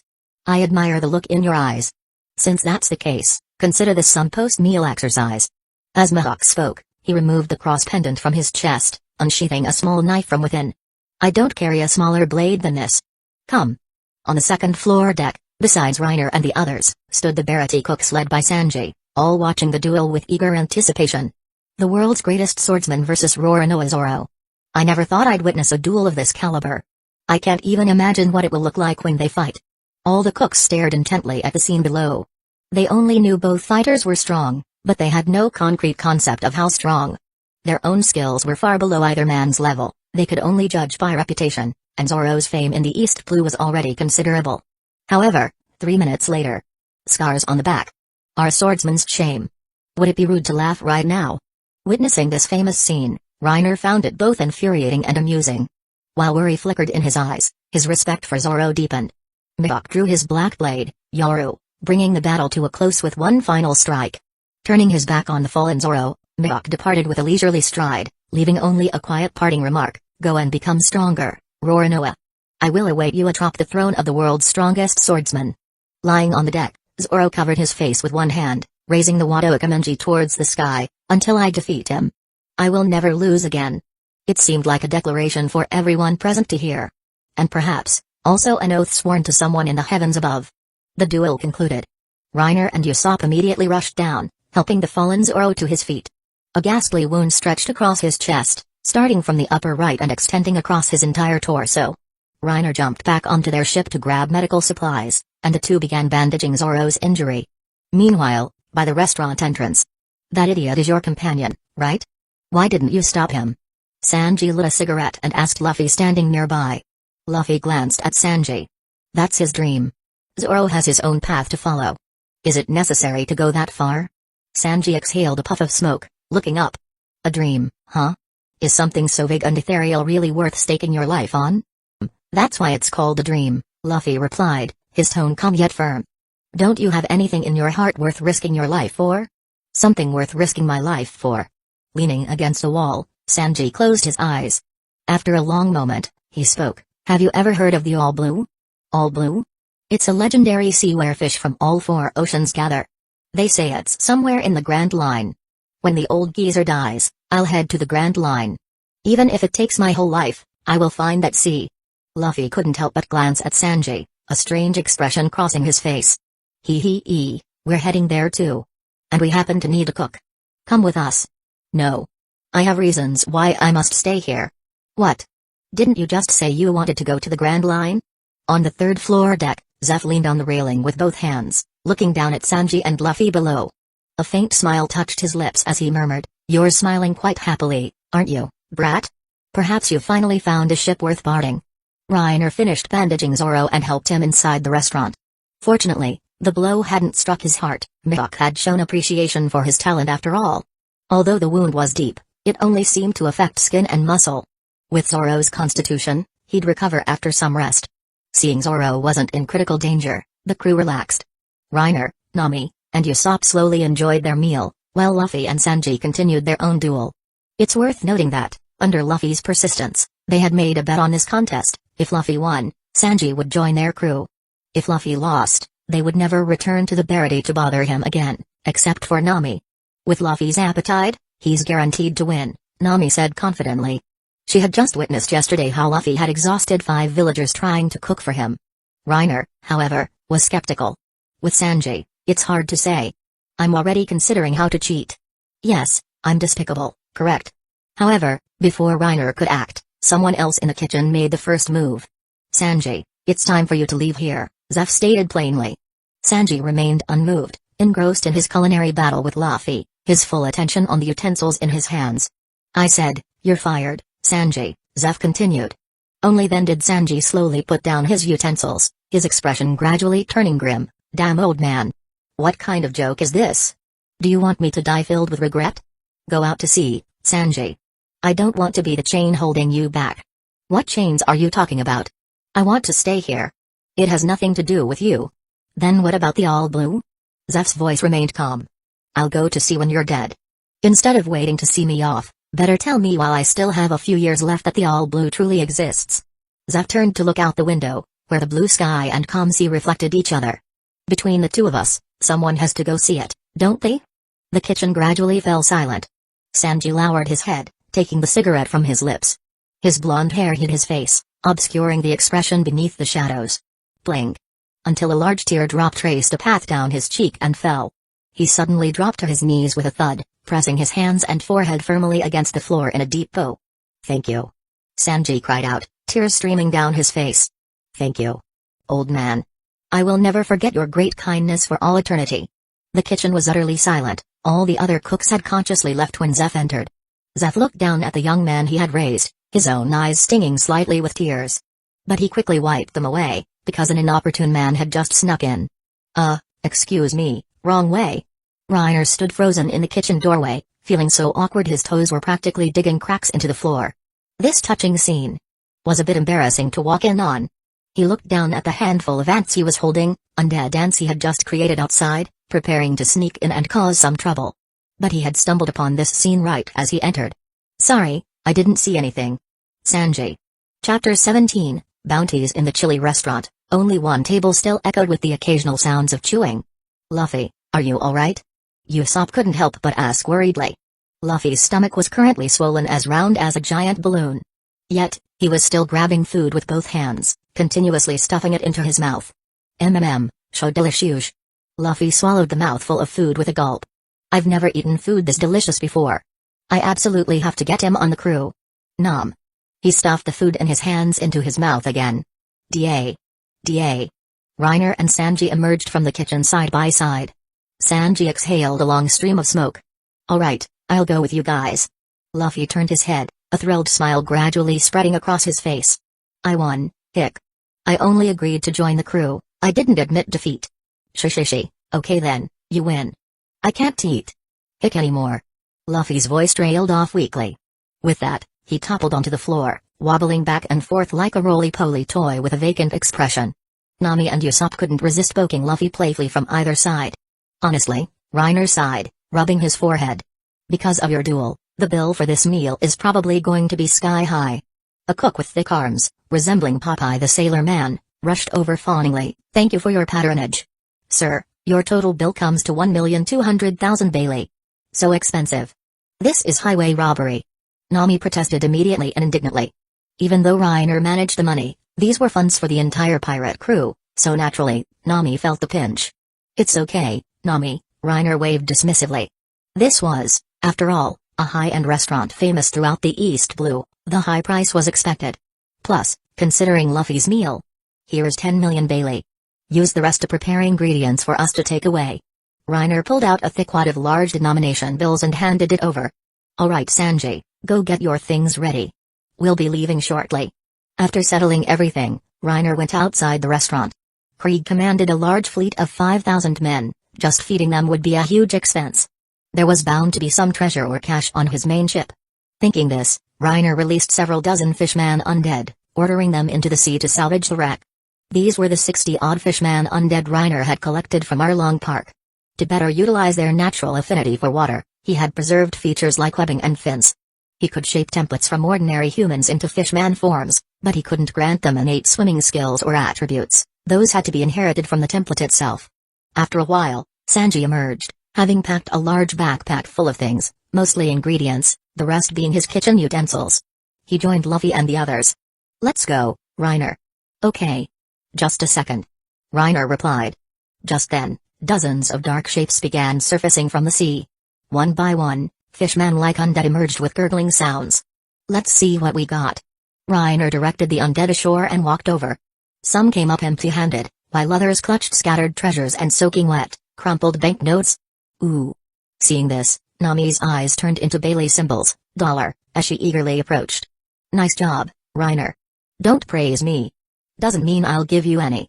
Reiner had the undead move all the treasure onto the ship.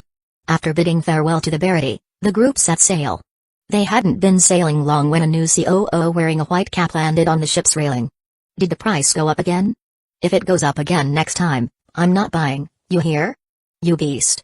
Bullying even a new COO, Reiner scolded jokingly.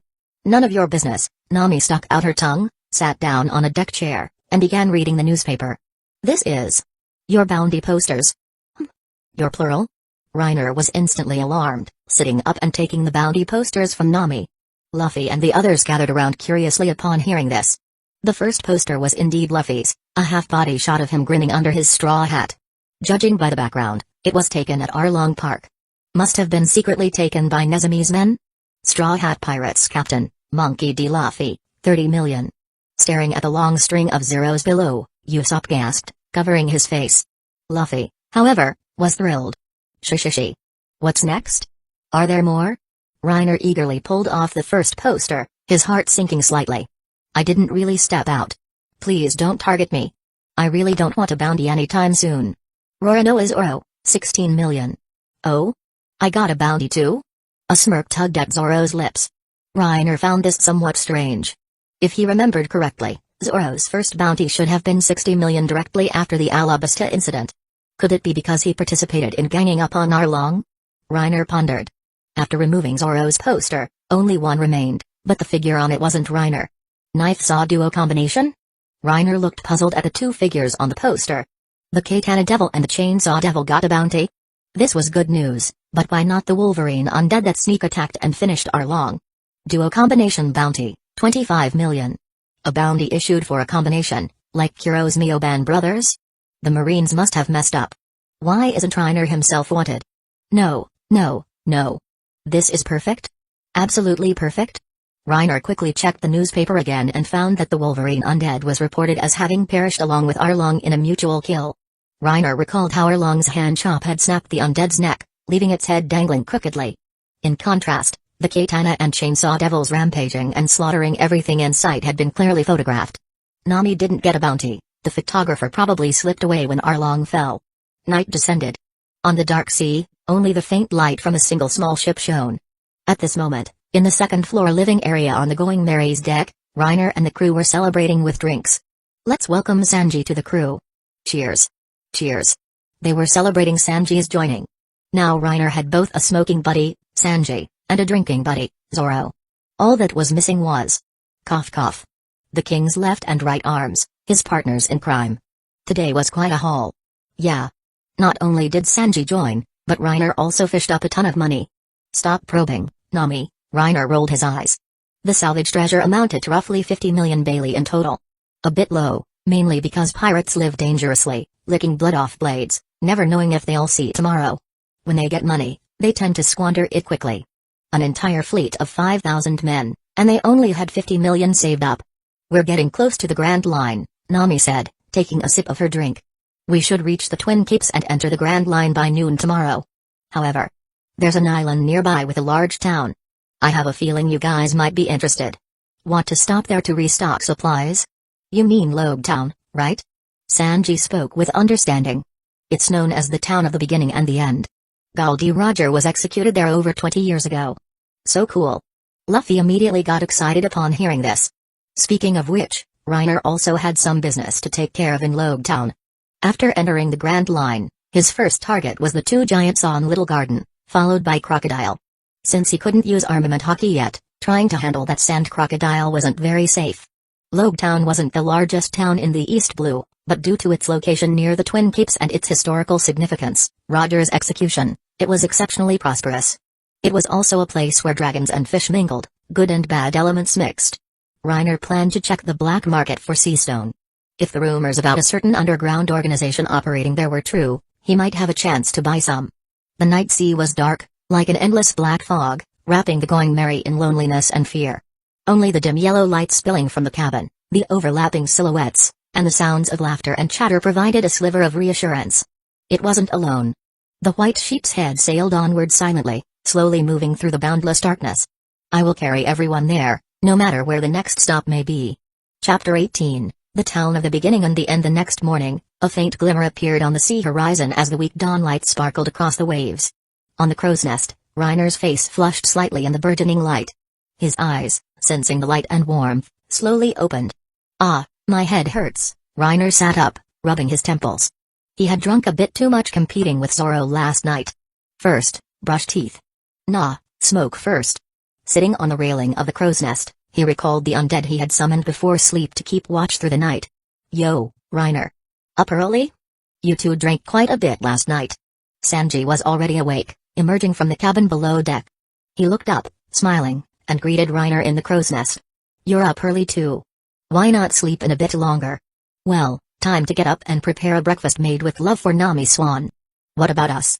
If you want to eat, cook it yourself." "What was that? What did you just say?" "Ha ha ha, just kidding. As a chef, how could I let you guys starve?" Sanji waved dismissively with a laugh and headed towards the second-floor kitchen. Gradually, the others also woke up. After breakfast, the sun had fully risen. "Everyone. There's an island ahead. It should be Logetown. Coming, coming. Let me see." Luffy excitedly ran to the bow, leaning over the sheep figurehead to gaze into the distance. After a day's sailing, the crew had arrived at the town known as the Place of Beginning and End. "Reiner, give me money. I wanna go have fun." Luffy grinned, holding out his hand for cash.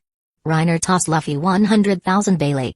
"That should be enough if it's just for eating, drinking, and playing. I also need to buy 2 new swords. Around 200,000 Bailey should do it." Faced with Zoro's request, Reiner hesitated for a moment. Would giving him the money prevent him from getting the Sandai Kaitetsu and Yubashiri? Ah well, who can predict matters of fate, Reiner thought, giving the money to Zoro anyway. Finally, after giving Nami and Usopp some funds as well, Reiner slung a large bag of money over his shoulder and headed into town with Sanji. They planned to procure supplies together at the market. Sanji knew more about ingredients, so Reiner would handle medicine and other daily necessities. Although they had brought plenty of ingredients from the Barati, Sanji was idle anyway. If they happened to find some rare delicacies, they could treat everyone to a high-quality meal tonight. Come see, come look. Deep-sea fish just delivered by a North Blue merchant. Giant mountain wolf pelts from the Grand Line. Brought back by the mountain wolf pirates risking life and limb. Berg. Double cheese hamburger. What was that last one? Never mind.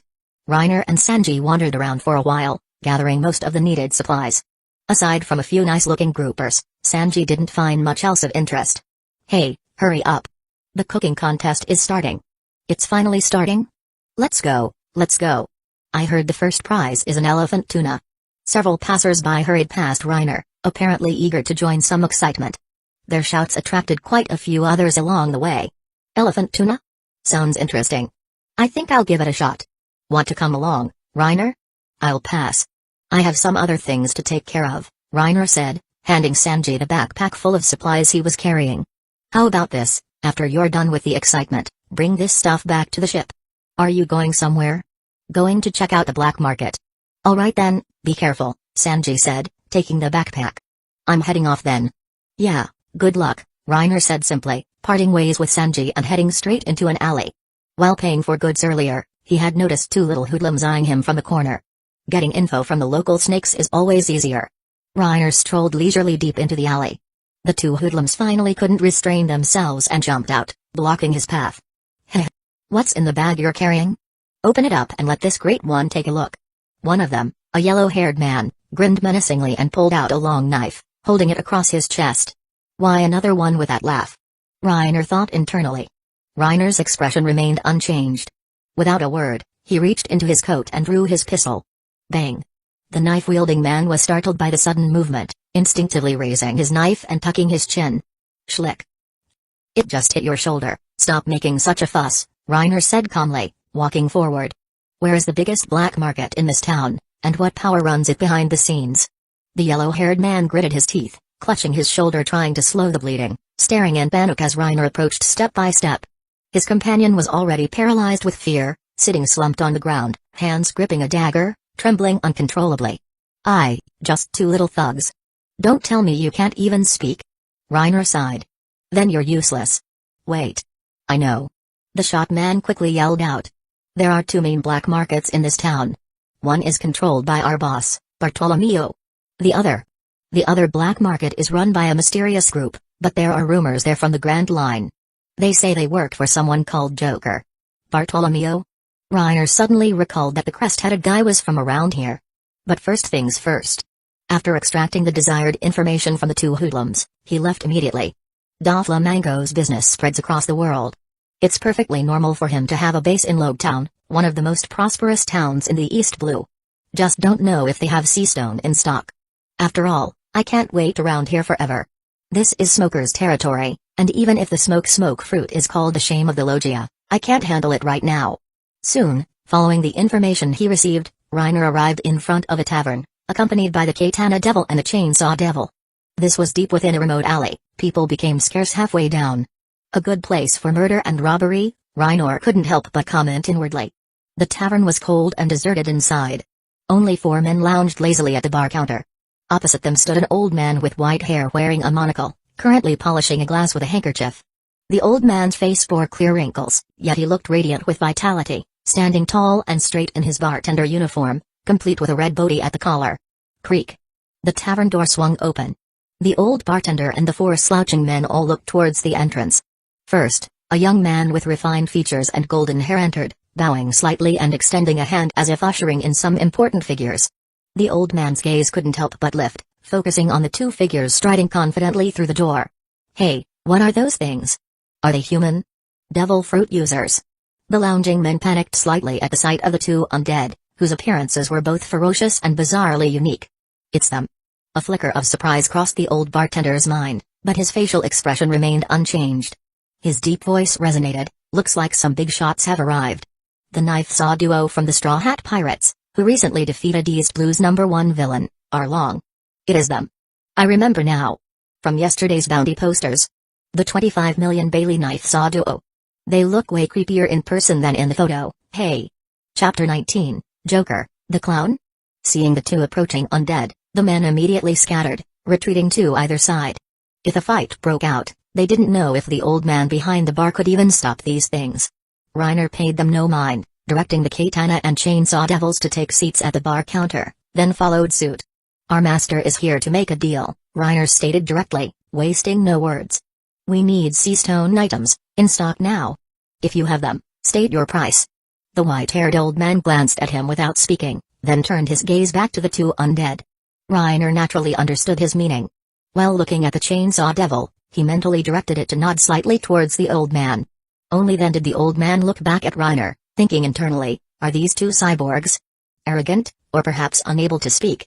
He had come from the Grand Line to oversee the Logtown base for the East Blue operations. He had seen all sorts of strange things. Looking at the appearance of these two figures, his first thought was cyborgs. The fact that their designs were very similar reinforced this belief.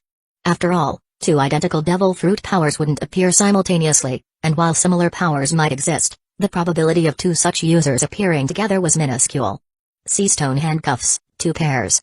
15 million per pair, the white-haired old man stated coolly. He didn't doubt their ability to pay. In the East Blue, few even knew about devil fruits, let alone sea-stone, which countered their abilities. Since this person came asking directly, he clearly wasn't ignorant. "Do you have sea-stone bullets?" Reiner pressed. Processing sea-stone into bullets is extremely difficult. 6 million Bailey per bullet. "I have 16 rounds here," the old man replied. "Additionally, they require a special gun to fire. 8 million per gun."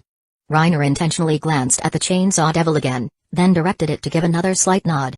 "I'll take all the handcuffs and bullets. Do you have any extra guns?" "We have 3 in stock." "Pack them all up together," Reiner said decisively.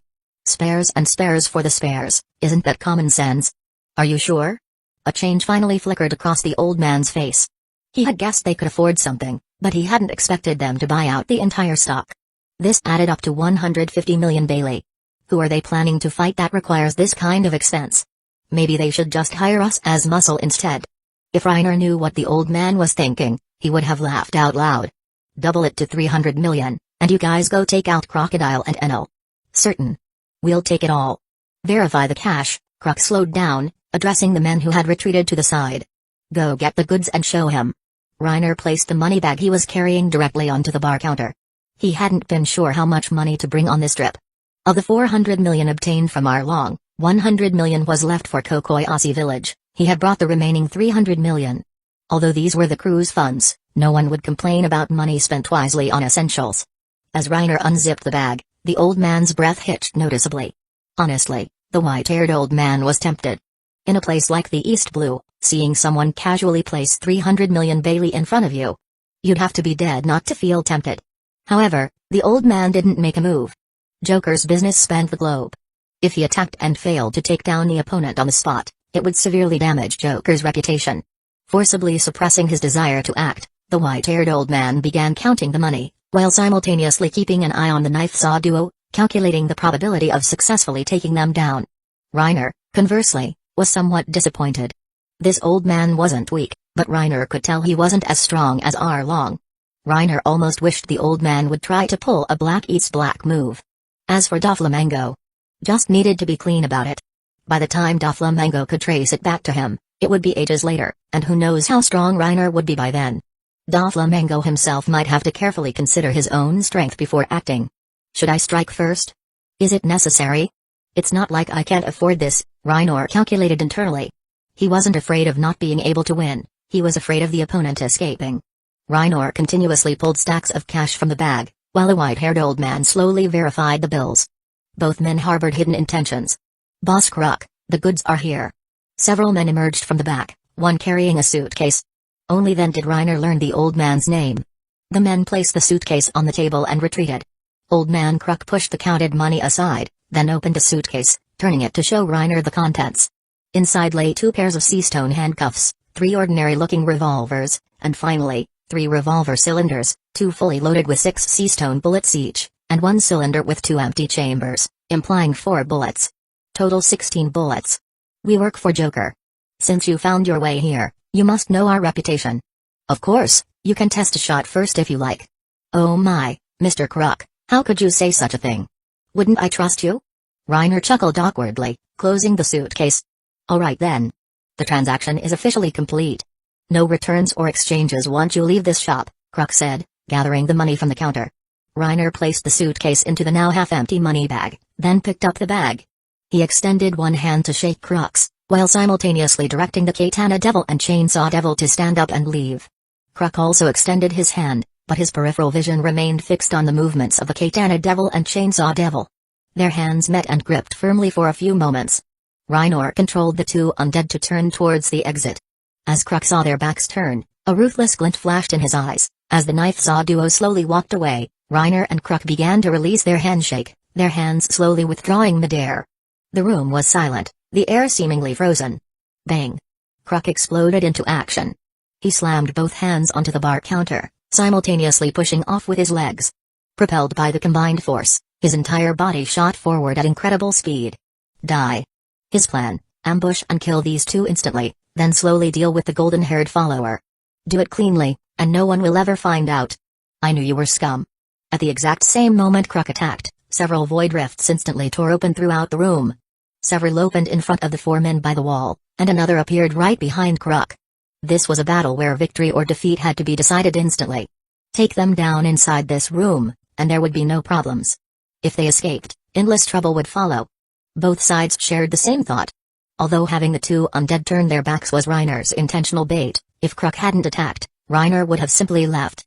However, there were no ifs. The opponent made his move, so Reiner had to be even more ruthless. Kruk formed his hands into blades, chopping towards the necks of the knife-saw duo from behind. Simultaneously, from the void rift behind him, a pair of arms ending in sharp claws thrust out, stabbing viciously towards his waist. The knife-saw duo didn't have eyes in the back of their heads and couldn't see Kruk, but Reiner saw everything clearly. The instant Kruk moved, Reiner commanded the undead to spin around, while simultaneously drawing his white bone chain sword, its tip aimed at Kruk. You thought you were ambushing them? This is the four of us surrounding you, old man. 3 long swords and 3 chainsaws slashed towards Kruk simultaneously, while from behind, sharp claws were already plunging towards his waist. Shoot him! The serrated tip of the white bone chainsword suddenly shot forward. Schlick! Schlick! Schlick! Schlick! In a single instant, the bone chainsword pierced through Kruk's body. The wolverine claws sank deep into his waist. The katana and chainsaw devil simultaneously slashed their blades and saws into his shoulders, neck, and chest. Kruk lost his balance midair. The impacts from multiple directions sent his body tumbling forward in a twisted posture. If you're going to do it fast, do it ruthlessly. How? How could this be? Kruk's eyes widened in disbelief. He lay battered in a pool of blood, coughing up blood. Cough. Joker's man. If you kill me. Reiner paid him no heed, delivering the finishing blow directly. You won't have problems precisely because I killed you, old man. He then swiftly cut down the 4 men in the corner and walked towards the back of the tavern. Time for a harvest, then destroy the bodies and traces, and get out. Chapter 20, heading towards the Grand Line behind the tavern, inside a dim warehouse, the air was thick with the sulfurous nitric smell of gunpowder. Various weapons hung all over the walls. TSK, just a pile of munitions? Reiner sighed in disappointment. After rummaging through boxes and cabinets for a while, he only found less than 70 million Bailey. This is supposed to be Logtown's biggest underground trading post, how come it only has this stuff? And so little money. Still, even a mosquito's leg is meat. Besides the cash, he also packed up a considerable amount of arms and weapons, along with a few bottles of good wine. After setting the tavern ablaze, Reiner visited the other black market controlled by Bartolomeo and sold off all the arms at a low price. Before leaving, he saw someone selling log poses and conveniently bought 10 of them. Interestingly, this black market genuinely resembled a marketplace, with scattered stalls lining a street, frequented by fierce-looking individuals or cloaked figures. Just like something out of a novel, Reiner couldn't help but smile. Including the weapons I sold, I probably made around 120 million Bailey. The good news was, he got the sea stone. The better news was, he didn't spend a dime and even turned a profit. Reiner left the black market with his money, preparing to head back to the ship, planning to check if Sanji's competition had finished on the way. Suddenly, the clear sky began to darken. Dark clouds, as if summoned by someone, rapidly converged over Logtown. Reiner subconsciously quickened his pace. Just as he was passing a certain square. Look at that guy. He's smiling.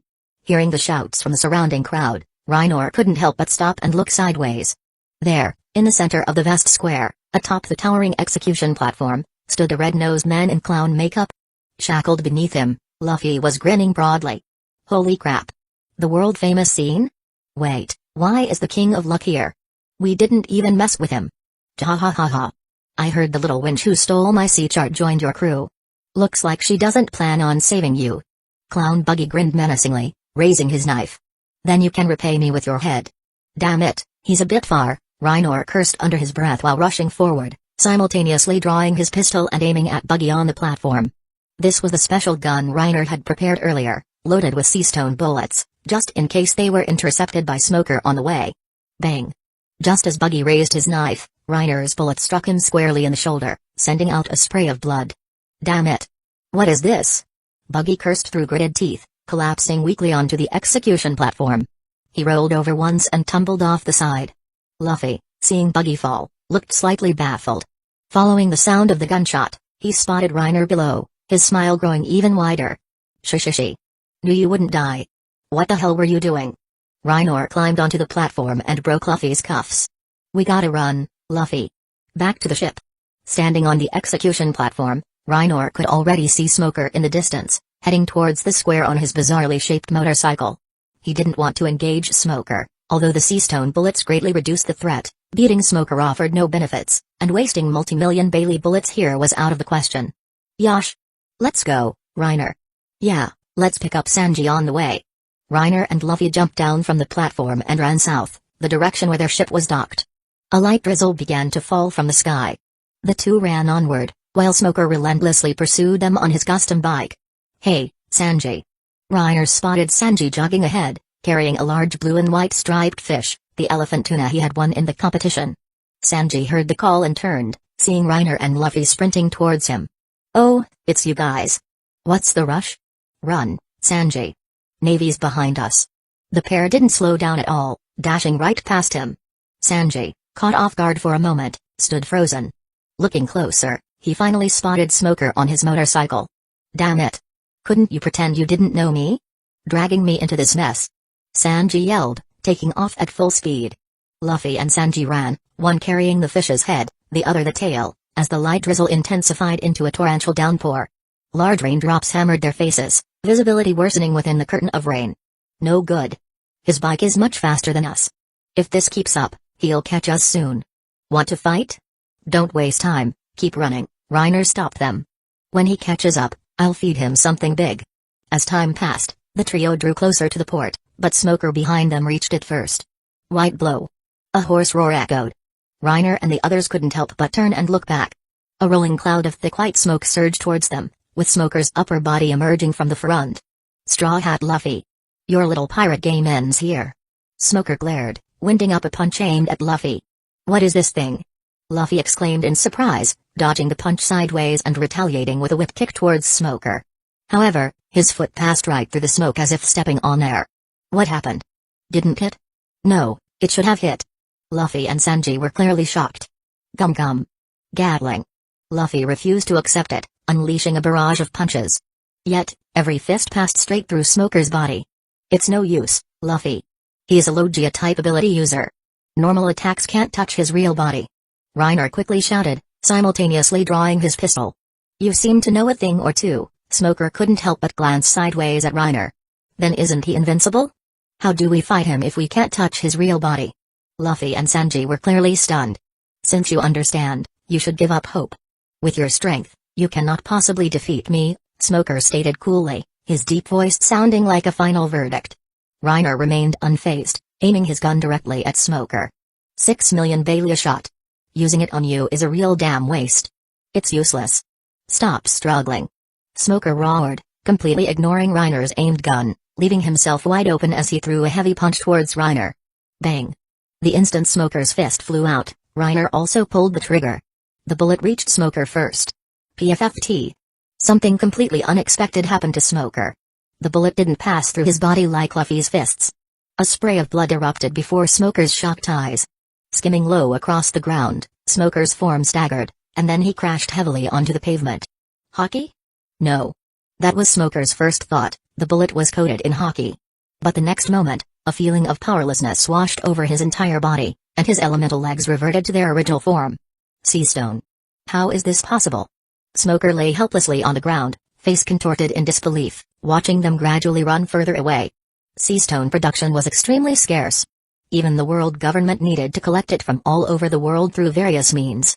They even resorted to cooperating with pirates, paying exorbitant prices to trade with Kaido-occupied Wano country for sea stone.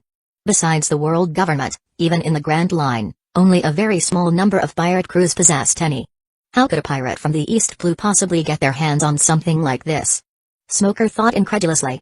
Nice shot, Reiner. Luffy grinned, flashing his teeth. Sanji, however, was more observant, looking quizzically at Reiner. How did you do that? Didn't you say Logia users can't be touched physically? Don't talk about it, my heart is bleeding, Reiner said, clutching his chest in mock agony over the cost. He then explained the effects of sea stone to the two, mentioning his visit to the underground trading place earlier that day. By the time they reached the port, the others had already arrived.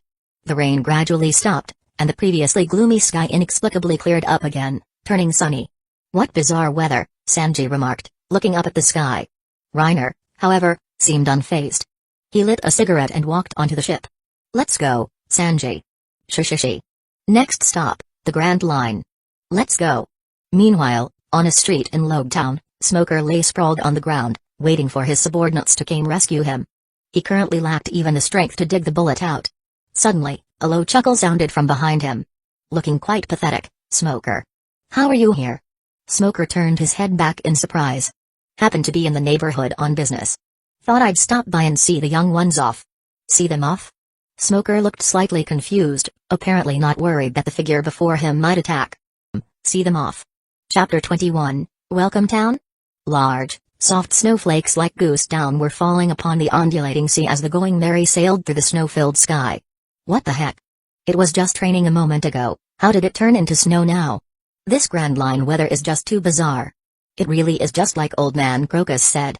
Luckily, Reiner bought clothes for all 4 seasons back in Logue Town.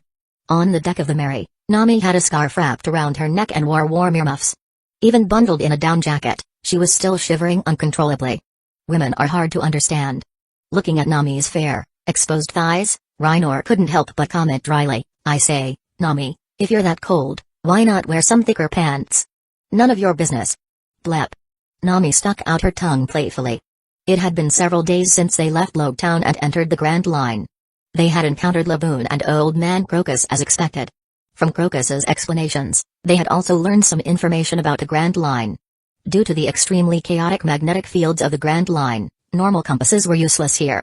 That part was fine, Reiner had already prepared 10 log poses the day before. The trouble was that the chaotic magnetic fields also made the weather, ocean currents, and wind direction incredibly unpredictable. Even Nami was initially flustered, creating a lot of extra work for Reiner. When the weather changed, steering the ship, raising and lowering the sails, etc., were all handled by his undead working together. They dealt with accumulated water during rain and swept snow during snowfall. Nami even outrageously suggested burning the skeleton undead's bones to make a fire for warmth, completely disregarding the lives of the skeletons. Nami, how much longer until we reach the next island? Reiner asked. Nami thought for a moment. We're about to enter the range covered by the next island's magnetic field. The wind and currents should become relatively stable then. If things go smoothly, we should arrive before evening today. Cactus Island, the first stop in the Grand Line. Reiner began to look forward to it. It had been 1.5 years since he transmigrated, and he had finally accumulated enough strength to enter the Grand Line. Luffy and Zoro's contributions were indispensable. Without their templates, relying solely on Reiner's initial group of weaklings to challenge Kuro and Arlong would have been nigh impossible. His ability just needed to accumulate a certain level of strength initially, and then it could start snowballing continuously. Now, with the Katana Devil and Chainsaw Devil undead, the enhanced Wolverine undead, fused with Sanji's template, plus the Bone Chain Sword made from Arlong's template, he finally possessed decent strength for the first half of the Grand Line. Once he obtained the templates of the 2 Elbaf giant leaders in Little Garden, very few people in the first half of the Grand Line would pose a threat to him. After all, the giants' terrifying overall physical stats were a known fact. In his hands, the strength they could exert would be even greater than their original bodies. Shishishi. Look at my snowman Laboon. Not bad, Luffy. But still too crude. Let me show you my Snow Queen.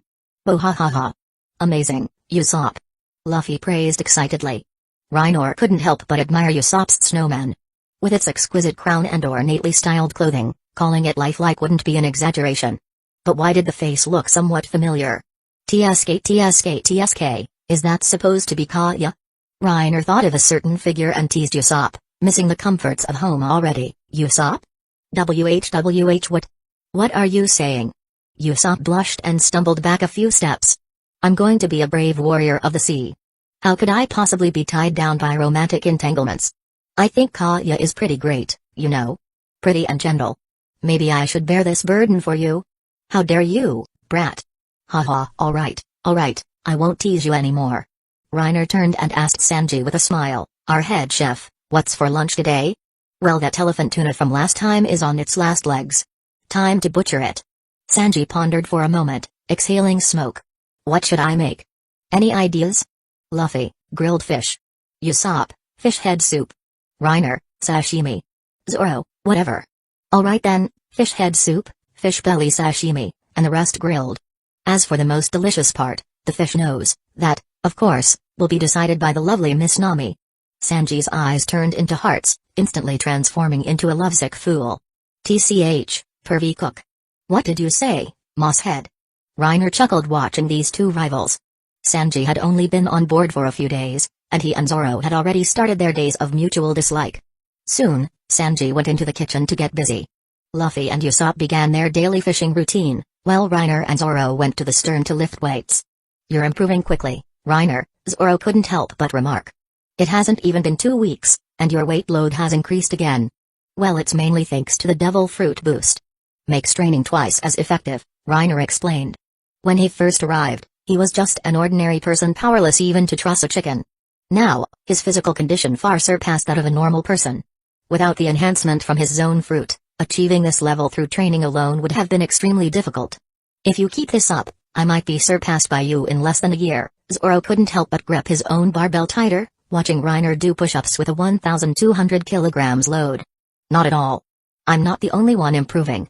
I still have a long way to go to catch up to you, Reiner said, glancing at the 2,100 kilograms barbell in Zoro's hands, unconsciously putting more force into his own movements. The two silently competed until Sanji called them for lunch. After eating, Reiner returned to the crow's nest to keep watch, bringing his barbell with him. He stayed there until evening, when the setting sun was nearing the horizon, before finally spotting an island. From afar, he could vaguely make out rows of houses packed closely together, with several large cactus-shaped mountain peaks behind the town. Everyone. Island sighted. There's a town on it. Reiner shouted down, then lit a cigarette, watching as the ship slowly approached. Luffy and the others immediately got excited. After sailing for several days, they were finally arriving at an island with signs of civilization. This island was called Cactus Island. A river divided the island in two. The Going Merry sailed up the river, arriving at an inland port. It's pirates. Quick, tell everyone pirates are here. Someone at the port spotted the pirate ship and hastily ran into town. After a short while, the port was crowded with villagers. Strangely, not only did the villagers show no trace of panic, but they all looked cheerful and excited. Brave warriors of the sea. Welcome to Whiskey Peak. Hearing the bustling calls from the port, everyone except the thrilled Luffy and Usopp wore puzzled expressions. Hello everyone. Why they called me a brave warrior of the sea. Compared to those two's reactions, Nami and the others seemed much more normal. Did I hear that right? They're actually welcoming pirates? Hey, a strange town, Zoro remarked, observing the villagers below with interest. Soon, everyone disembarked. Reiner dropped anchor, secured the Mary, and jumped down as well. A tall man with voluminous curly hair stepped forward, clearing his throat like a singer warming up. Oh. Then, a smile spread across the curly-haired man's face as he addressed the group. My name is Igaram. I am the mayor of this town. Welcome, everyone, to the Welcome Town, Whiskey Peak. Upon hearing this, Luffy immediately rushed forward to greet him, and soon the entire group was mingling cheerfully with the villagers. Chapter 22, the grave-covered cactus arms slung around each other's shoulders, the group walked laughingly into the small town. Let's throw a banquet for these brave warriors of the sea, everyone. Igaram yelled with a smile, clapping Luffy on the shoulder. Today, we absolutely must give you all a proper welcome. Oh ha ha ha. You guys are awesome, mister. Luffy was incredibly excited. Reiner only had vague memories of the original plot, especially the early parts he'd watched when he was younger. He dimly recalled this place being a front for Crocodile's assassination organization, staffed by bounty hunters disguised as villagers, specializing in deceiving naive pirates new to the Grand Line and assassinating them. Just a bunch of small fry, Reiner thought, his expression unchanged. This mayor guy should be Vivi's. What was it? Uncle? Bodyguard? Whatever. Besides him and Vivi, there's no one else worth noting here. In fact, Reiner wasn't particularly obsessed with Crocodile. His undead couldn't inherit devil fruit abilities, and in terms of physical stats, Crocodile was far inferior to the two giants from Little Garden. Blue Ogre Dory, Red Ogre Broggy. Leaders of the giant warrior pirates from Elbaf in the New World. The giant sea kings they once hunted were larger than several volcanoes combined, occupying half of the entire island of Little Garden. The image of their attack, Spear of Elbaf, Hikaku, instantly piercing the island-eater goldfish. Reiner recalled it as if it were yesterday. He couldn't imagine anyone in the first half of the Grand Line who could withstand a single blast of that attack head-on. You say Logia types can handle it. Okay, never mind then. Sisters, look. There are two handsome blonde guys here.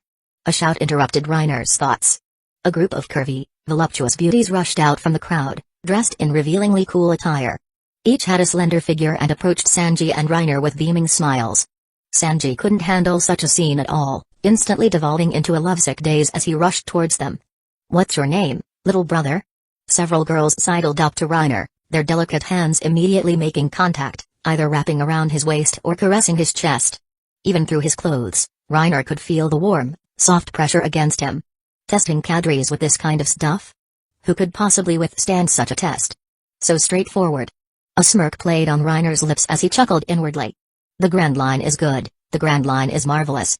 Laughing heartily, Reiner opened his arms wide, slinging one arm around a girl's fragrant shoulder and wrapping the other around another's slender waist, embracing one on each side. Oh, stop it. Sir, your arms are so strong. I can barely breathe. He wasn't some stuffy traditionalist. Honey traps like this?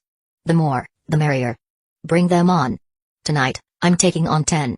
Stop it, sir, can you even handle it? The girls giggled, completely unfazed by Reiner and Sanji's wandering hands. Nami and Zoro, trailing behind, couldn't help but shake their heads, looking exasperatedly at the crew members who were easily swayed by a few words. Honestly. These guys are completely unreliable. Nami gritted her teeth. Anyone with half a brain knows there's no such thing as a town that welcomes pirates. Well, whatever. Let's just see how it plays out, Zoro said nonchalantly. You're the reliable one, Zoro. As long as there's booze, nothing else matters. Damn it. I just complimented you, and you say that. Nami roared furiously. And so, the group followed the villagers' enthusiastic reception into the town. Soon, night fell. In the town of Whiskey Peak, every house closed its doors and extinguished its lights. The silent and deserted Cactus Island seemed desolate, save for one building still glowing with dim yellow light. Because of their arrival, this place had become incredibly lively, filled with sounds of laughter and merriment spilling from within. Another cook is down. That's the third one already. Just how much can he eat? A crowd stared dumbfounded, surrounding Luffy who was wolfing down food. Just then, cries of surprise erupted from another side. Heavens! This swordsman fellow actually drank 13 people under the table. And the beautiful lady next to him still looks full of fight. She's currently competing against her 15th opponent. Inside the room, Zoro and Nami were engaged in a drinking contest. Determined to win the generous cash prize, Nami was mustering all her strength to take down opponent after opponent. Reiner leaned back on a sofa, embraced on both sides by beauties feeding him morsels, enjoying himself immensely. In the lively room, everyone was caught up in the revelry. However, while the villagers wore smiles, inwardly they were cursing up a storm. In a dark room on the second floor, a woman with long, sky blue hair tied in a high ponytail watched the scene on the first floor through a crack in the door, gritting her teeth. Where did these damn starving ghosts come from? If they keep eating and drinking like this, we're going to lose our shirts on this job. A man with curly yellow hair and wearing a crown responded, exactly. Is this really necessary, Mr. 8? They're just a few pirates from the East Blue. Your intelligence work is pathetic. Look at this. A deep voice spoke up. Igaram, known as Mr. 8, pulled out several bounty posters from his coat. He slapped the posters onto the table, spreading them out.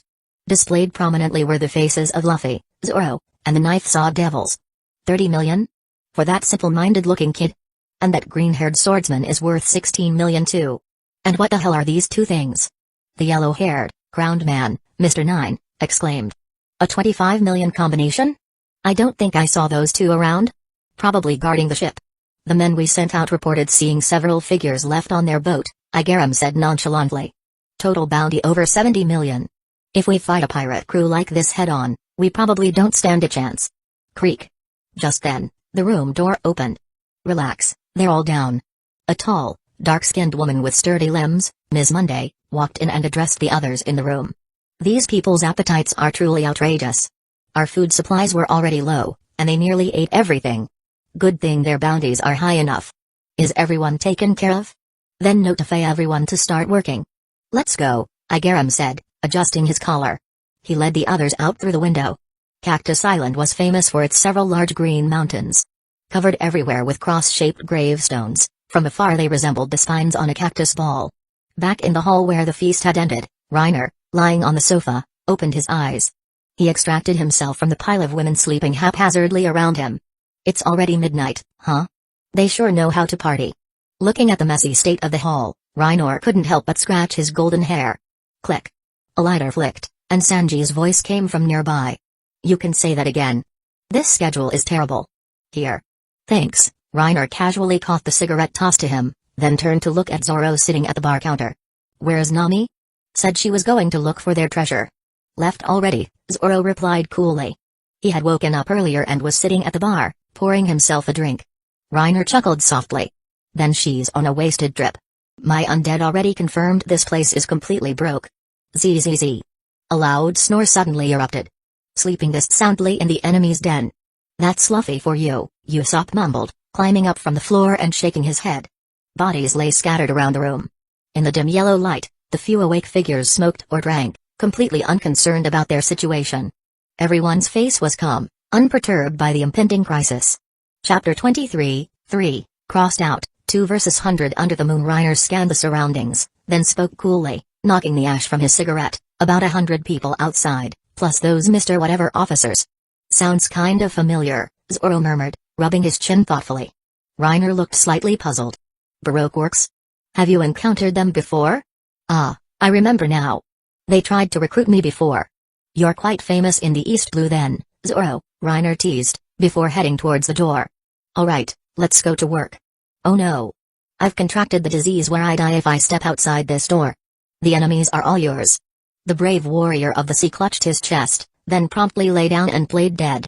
Fine, a few small fry hardly require the intervention of God Usopp anyway. Then leave it to us. Let's go, curly brows. Shut up. Don't order me around, mosshead. Outside the house, the scene was bustling with activity. The curly-haired Mr. 8 walked at the front, surrounded by several officer-level members, followed by about 100 regular agents, all swarming towards the house where Reiner's group was staying. Mr. 8 adjusted his collar and said, "Don't be careless. Their total bounty exceeds 70 million Bailey. Take down the few inside the house first, then we'll deal with their ship. They're just a few drunk pirates. No matter how strong, they're just fish on the chopping block," the crown-wearing Mr. 9 scoffed, adding, "Anyway, there are only a few of them, while we have over 100. The advantage is ours." Yo. Over 100, huh? That should take a while to cut down. A disdainful voice rang out. Mr. 8 and the others paused, looking up instinctively. Under the high-hanging full moon against the black sky, 3 dark silhouettes stood backlit by the cold moonlight on the rooftop. How can this be? Weren't they already down? Don't panic. The curly-haired Mr. 8 yelled, his expression grim. There are only 3 of them. And their strongest member, the captain, isn't among them. He's right. Mr. 9 gritted his teeth, quickly pulling out 2 metal baseball bats. All the agents put on ferocious expressions, drawing swords and raising guns, preparing for a major fight. So little class. These must be the cheapest assassins I've ever seen, Reiner couldn't help but roast from below. Is Crocodile so poor he can only afford this level of goon, or is he so rich he hires even these small fry? Reiner didn't plan to intervene personally. After all, they had treated them to food and drinks, and provided the company of so many lovely ladies. His undead didn't know how to hold back, and he'd feel a bit bad if they killed too many. Only Reiner remained sitting alone on the high platform of the roof. Sanji and Zoro had vanished from his side at some point. Yo. So you're the ones after my head? Making such a racket late at night instead of sleeping. Zoro's and Sanji's voices suddenly erupted from within the crowd below, causing widespread panic. Reacting quickly, everyone spun around, But by the time they aimed their weapons, the two figures were already gone. Zoro unsheathed his three swords. Amidst flashes of cold steel and flickering shadows, blood instantly splattered everywhere. Sanji moved like a swimming dragon through the crowd, his leg techniques dazzling as enemies fell in droves. They really are monstrously strong, Reiner couldn't help but admire, watching the battle below. His own physical condition wasn't bad, thanks to the unique zone enhancement and daily training, calling his progress rapid wouldn't be an exaggeration. However, his combat skills were still lacking. He had tried learning swordsmanship, abysmal talent. Considered focusing on martial arts since its potential was high, ended up just flailing randomly. Attempted to take a shortcut with firearms, turned out to be a master of tracing outlines, missing. When he first arrived, he tried knives, spears, clubs, and staffs, no talent for any of them. Rely on hard work? He scoffed. Later, he decided, continue training the body, since he had free time anyway, but don't force it, just enough to survive is fine. Let the undead handle the fighting. What kind of self-respecting summoner fights personally? This Necrolord has zero class. Reiner knew where his advantages lay. Trying to grasp everything and be good at everything? Even wish-fulfillment novels wouldn't dare write that. You damn bastard. Finally found you. A shout interrupted Reiner's thoughts. Looking towards the sound, he saw several grunts had climbed up, surrounding him with drawn swords and knives. The one who shouted was the leader, a brown-haired man, glaring furiously at him with a pistol raised. Why so much resentment? Reiner looked puzzledly at the gunman. Hearing this, the brown-haired man grew even angrier. How dare you? How dare you, put your hands all over my little sister. I'm gonna kill you. What? What is this? I need to see they came onto me, alright? Reiner forcefully threw down his cigarette butt and ground it out. Who got the better end of the deal is debatable. And you're lecturing me about this? Shameless bastard. Die. The brown-haired man roared, about to pull the trigger. Bang. A gunshot rang out, but it was the brown-haired man who fell. Yes. I am shameless. But taking a step back, aren't you also partially at fault? Bang. Bang. Bang. Reiner fired rapidly, and the remaining grunts fell one after another. The outline tracer wasn't blind. When he needed to hit, he hit. He gently blew away the wisp of blue smoke drifting from the muzzle. The battle below was also nearing its end, with only a few officers remaining. Hot-blooded number 9 backflip. The crown-wearing Mr. 9 leaned back, curling into a ball and rolling towards Zoro. His metal baseball bat swung towards Zoro. Then Zoro simply twisted his body sideways, and Mr. 9 rolled right off the roof. Dude, are you going for comedy?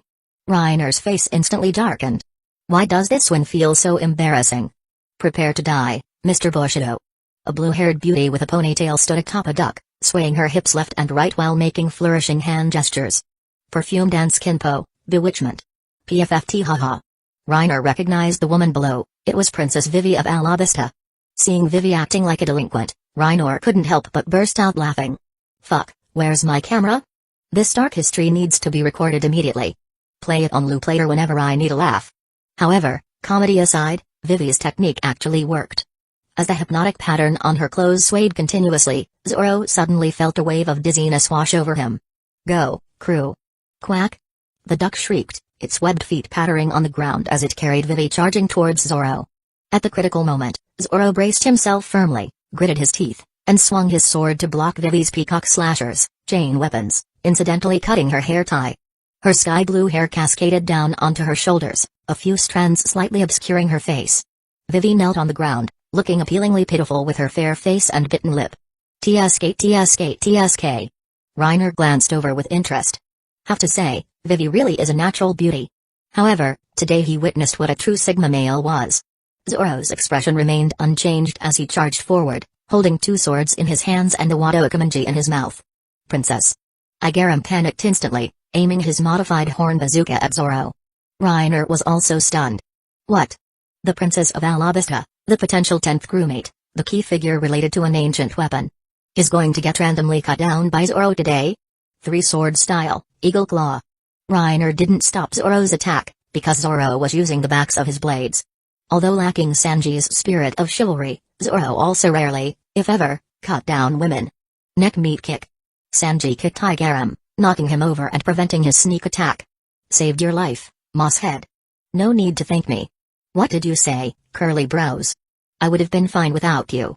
The battle ended here. Reiner ignored the bickering pair and jumped down directly. Princess? Nami emerged, looking confused. Seeing Nami, Reiner couldn't help but tease, "Yo. How was the haul, Nami? Damn it. What a bunch of poor ghosts. I finally beat you to the punch, but I didn't make a single Bailey." Nami yelled furiously at him, while also viciously stomping on Igaram underfoot. "Hey. Bastard, wake up. What was that you just said about a princess?" Chapter 24, Departing for Little Garden. The moonlight was bright, casting a cold glow over the quiet town streets. "What princess?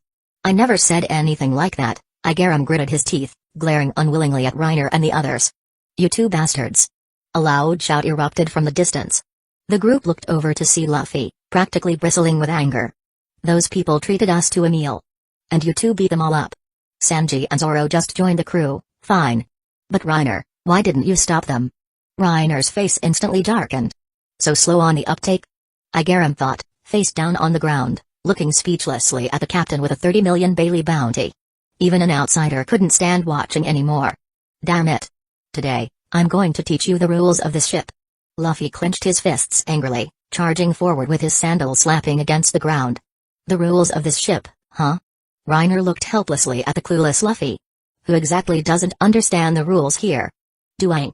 Duang. You idiot." With two vicious punches from Nami, Luffy immediately became obedient. Watching Luffy holding his head, crouched on the ground, Reiner and the others could only manage awkward smiles. The rule of this ship was Nami, that vicious woman. A ship tyrant, meek and submissive to outsiders, heavy-fisted towards her own crew. "Alright, back to business." Reiner lit a cigarette, crouching down beside Igaram. "The princess you were yelling about earlier was her, right?" Reiner pointed towards Vivi, who had been knocked out and was lying on the ground nearby. He continued, "Explain everything clearly. Otherwise, we'll toss you both into the sea to feed the fish right now." "Wait." Igaram quickly shouted. "There's no benefit in killing us. I want to commission you for a mission. If you succeed, you will definitely receive a handsome reward." "Huh?" Nami's interest was piqued. She tugged at her shorts, crouched down, and looked at Igaram curiously. "Let's hear it." Igaram gritted his teeth, thought for a moment, then began explaining the mission details. Reiner and the others listened quietly. Pirates burning, killing, and plundering was indeed common practice, but many pirates also took on various commission tasks, acting like mercenaries. These commissions could be legal or illegal, and for many pirates, it was an important source of income. Sometimes, taking a job from royalty or nobility paid much faster than raiding. After all, which noble family didn't have a few shady secrets? The Princess of Alabasta? After hearing Igaram's explanation, everyone except Reiner was visibly shocked.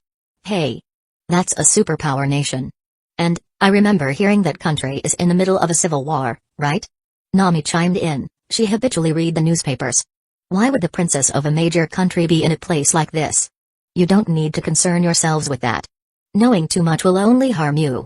So our mission is just to escort you two to Alabasta, correct?" Reiner walked towards Vivi lying on the street.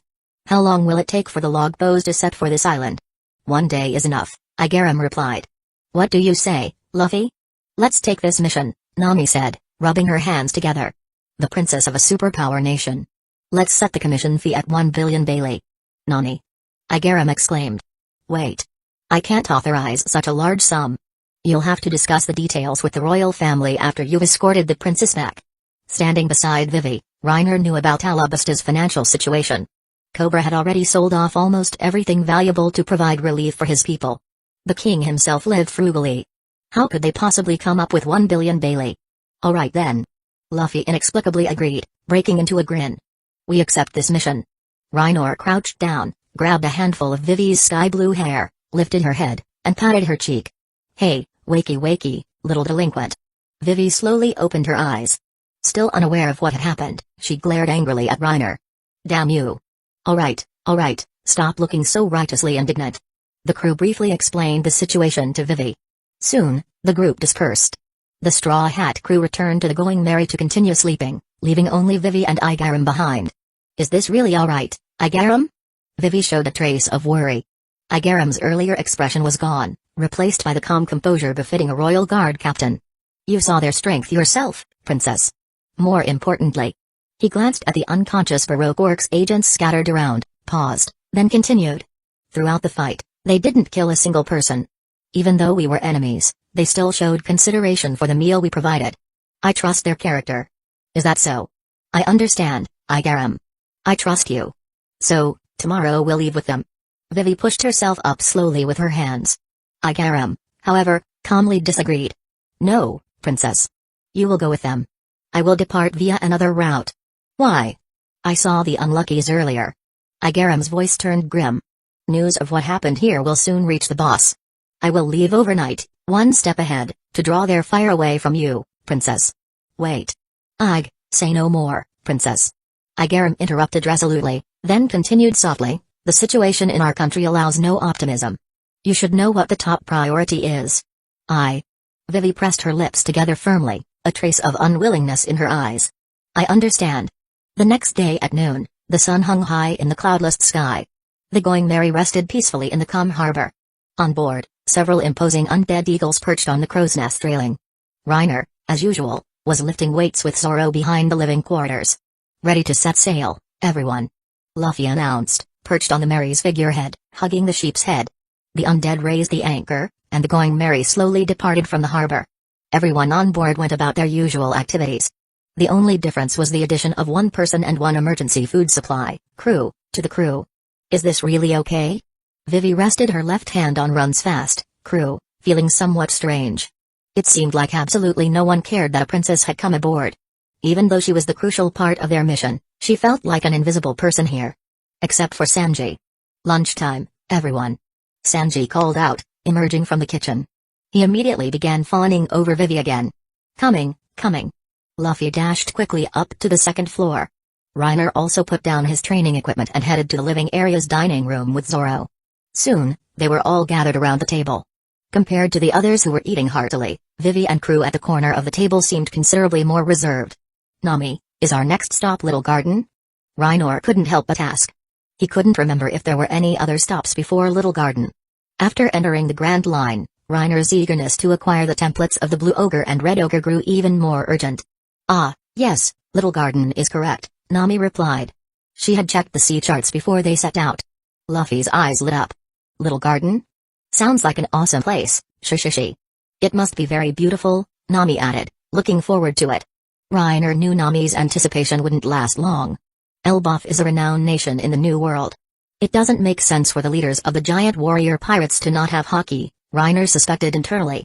At that moment, in Alabasta, a train base. Inside a luxuriously extravagant room, a man stood before a massive floor-to-ceiling window, a cigar clamped between his teeth. Tap tap, the crisp sound of high heels echoed in the empty room. You've returned, Miss All-Sunday, the man said in a deep voice, turning to look at the black-haired woman who had just entered. One of our bases at the entrance to the Grand Line has been destroyed. This is the intelligence report sent back by the Unluckies. The black-haired woman spoke, placing two photographs on the table, one depicted Vivi, the other Luffy. The person Mr. Five captured was Igaram in disguise. The real Princess Vivi has left with the Straw Hat pirate crew. And? The man's deep voice asked again. Their next stop is Little Garden. The Mr. 5 and Mr. 3 pairs have already been dispatched. And if they fail again this time? The man's tone was clearly displeased. I have also sent Mr. 2. He will handle the cleanup, and incidentally, execute those failures. As expected of Miss All-Sunday. Always so efficient in handling matters, Crocodile smirked, his voice low. Chapter 25, Giant Broggy. The next day dawned bright and clear as the Going Merry sailed on a calm sea. The weather's nice today. Nami gazed at the blue sea and sky, a rare smile grazing her lips. I didn't expect the Grand Line could have such good weather. You guys must have had a tough time entering the Grand Line, huh? Vivi, standing nearby, smiled knowingly. Right after crossing Reverse Mountain, that stretch of sea is affected by 7 different routes simultaneously, making it the most unpredictable. Vivi currently found it easiest to talk with Nami on the ship. She clearly hadn't quite adapted to the personalities of the rest of the crew yet. Crew, on the other hand, had already blended right in and was having a blast playing with them. Pair of aces. I only have one card left. Pair of twos. Declaring a pair. Luffy intercepted Reiner's play. Quack quack. Sound of crew playing a bomb. Quack. Sound of crew playing final card. Nice one, crew. Reiner couldn't help but praise crew, who had played a bomb hand to let him win against the landlord Luffy. A single 9. Game over. Quack. Having defeated landlord Luffy, Reiner and crew high-fived, wing-fived. In celebration. As for why a duck could play cards, heaven only knows. Damn it. Luffy grumbled and tagged Usopp in, running upstairs himself. Sanji. I want juice. Got it. Anyone else want something? I want booze. I want orange juice. Me too. No way. You guys are going to strip my tangerine trees bare. Nami refused, delivering 2 punches for emphasis. Watching the boisterous group, a long unseen smile appeared on Vivi's face. She had become accustomed to being constantly on edge since leaving home. This was the first time in years she had felt such a warm and joyful atmosphere. In Reiner words, it was a feeling of relaxation. She began trying to interact more with the others, tiptoeing carefully behind Groot to observe how Reiner and the others played. Oh, it's Vivi. Want to give it a try? Playing card is really fun, Usopp invited. No, I don't understand how to play this, Vivi waved her hand dismissively in response. Come over here, little delinquent, Reiner beckoned. This happens to be a good hand. I'll teach you how to play. Think. Why do you call me little delinquent? Vivi asked, puzzled and slightly embarrassed. Hey, Reiner chuckled softly, directly pulling out the photo and placing it in front of Vivi. Well? Look good? Wahaha. Usopp collapsed laughing, pounding the floor with one hand. Reiner, when did you take that? Quack quack? Even Crew spread his wings and let out a loud quack towards the sky. The photo vividly captured Vivi standing on Crew, striking a pose with a supple waist and flourishing hands. Vivi's face flushed completely red. She lunged forward, trying to snatch it back. Give it back. Dame, no. Reiner simply placed a hand on Vivi's forehead, letting her flail her arms and grasp at empty air. Damn you. Give it up, little delinquent. Sanji emerged carrying juice. Seeing this scene, he instantly flew into a rage, flame seemingly burning above his head. Damn you, Reiner. How dare you bully my lovely Princess Vivi? Sanji's loyalties were always firm, always side with the beautiful woman. Whoops. Usopp, catch. Wait. How am I supposed to handle Sanji? Quick, throw it to Luffy. Bohahaha. Looks like fun. This ship really is something else. Watching the group rising on deck, Nami smiled slightly and walked back into the cabin. Even the gloomiest person could cheer up after arriving here. 3 days passed like this. The Going Merry sailed through the sea as usual. On the crow's nest. Everyone. I see an island. Reiner shouted down, his gaze returning to the sight before him, a lush green island standing solitarily in the blue sea. An island frozen in prehistoric times, huh? A fervent glint flashed in Reiner's eyes. Besides coveting the bodies of the 2 giants, he had other expectations. As a kid, I always dreamed of riding dinosaurs. I never thought I'd actually get to see living prehistoric creatures in this life. Little Garden had an inland river connected directly to the sea. The Going Merry slowly sailed up the river into the island's interior. It was a tropical rainforest environment, dense forests cast layers of shadow, tangled vines snaked everywhere, and moss covered the riverside stones. The fresh air, mingled with the fragrance of soil, grass, and trees, was refreshing and invigorating. Melodious birdsong echoed sweetly. I smell adventure. Sanji, I want an adventure bendo. Luffy called back excitedly from his spot on the Merry's figurehead. Adventure bendo? Sanji was puzzled, that was a dish he'd never heard of. It's just meat, Reiner explained to Sanji with a laugh. A bento box filled entirely with meat, no vegetables. Luffy's favorite. Absolutely not. Sanji's face turned green. As a chef, I must ensure your nutritional balance. Luffy, if you dare throw out the vegetables, I won't forgive you. Roar. What was that sound? Usopp and Nami shrank back in fear. On the riverbank, several giant forest wolves were licking the carcass of a fierce tiger. Seeing the approaching Going Merry, they all stared fiercely at the crew, yet seemed somewhat wary, lowering their bodies and slowly retreating into the forest shadows. That's terrifying. I'm absolutely not going ashore. It's hopeless. I've contracted the disease where I die if I set foot on land. Compared to the shivering Nami and Usopp, the others had already jumped off the ship, ready to explore. Even Vivi decided to go for a walk with Luffy. Zoro and Sanji planned to have a hunting contest to see who could bring back the bigger prey. A hunting contest? Sounds interesting. Count me in. Sure, Reiner. Let's make a bet while we're at it. How about 500,000 Bailey? Sanji casually tossed Reiner a cigarette. Reiner grinned upon hearing this. Hey, trying that, are you? Too small. Think bigger. Whoever loses has to wash their hair while doing a handstand tonight. Interesting.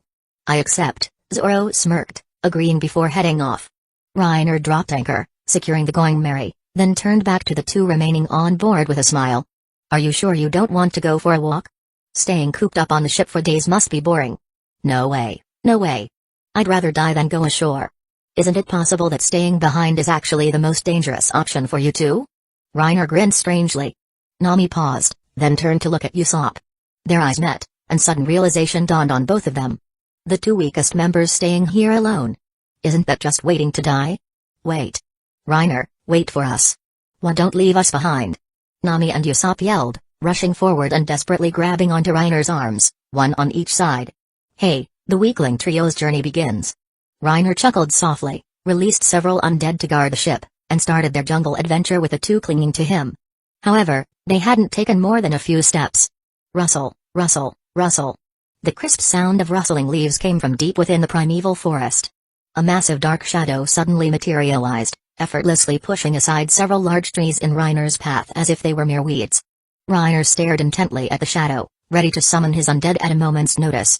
A huge face suddenly popped out, rough features split by a wide grin, a large yellow beard, messy hair spilling out from under a helmet. Monster. Panicked screams erupted from behind Reiner. Nami and Usopp immediately scrambled onto his back, clutching tightly to his clothes. A giant? That's insane, Reiner murmured in awe. Even so, actually seeing a giant still felt unbelievable. The big, yellow-bearded giant spoke with a booming laugh, "Gahahaha. Name's Broggy. Been a long time since this island had guests. Hey. Watch out behind you." Chapter 26, Uninvited Guests Roar. Just as Reiner's warning left his lips, a massive dinosaur charged out from behind Broggy, sinking its teeth into his rear end. Even Nami and Usopp couldn't help but cry out in concern upon seeing this. "Hey, mister. Are you okay?" However, Broggy remained laughing merrily. He turned, and with a swift rise and fall of his axe, casually chopped off the dinosaur's head. He then grinned and said, "Gahahaha. Perfect timing, food's arrived too. Let me treat you guys to a meal. Do you have any booze?" "We actually do have some." Reiner was stunned, not just by the giant's strength. More so, Broggy exuded a heroic, unrestrained aura that Reiner hadn't witnessed in anyone besides Luffy since arriving in this world. "Quite the magnanimous spirit, mister." Reiner switched to a smile. "Gahahaha. I am a warrior of Elbaf, after all." Broggy laughed boisterously, thumping the shield hanging at his waist with his axe.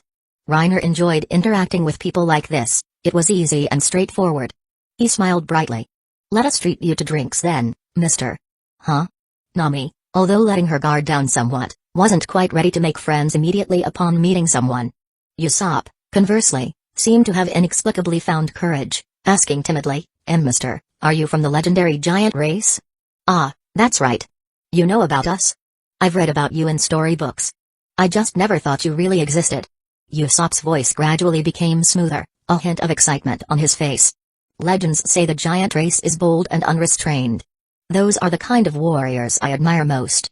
Since that's the case, let's go back to the ship and get the booze." Nami, Usopp. Reiner led the two back to the Going Merry and carried out several large wooden barrels of alcohol.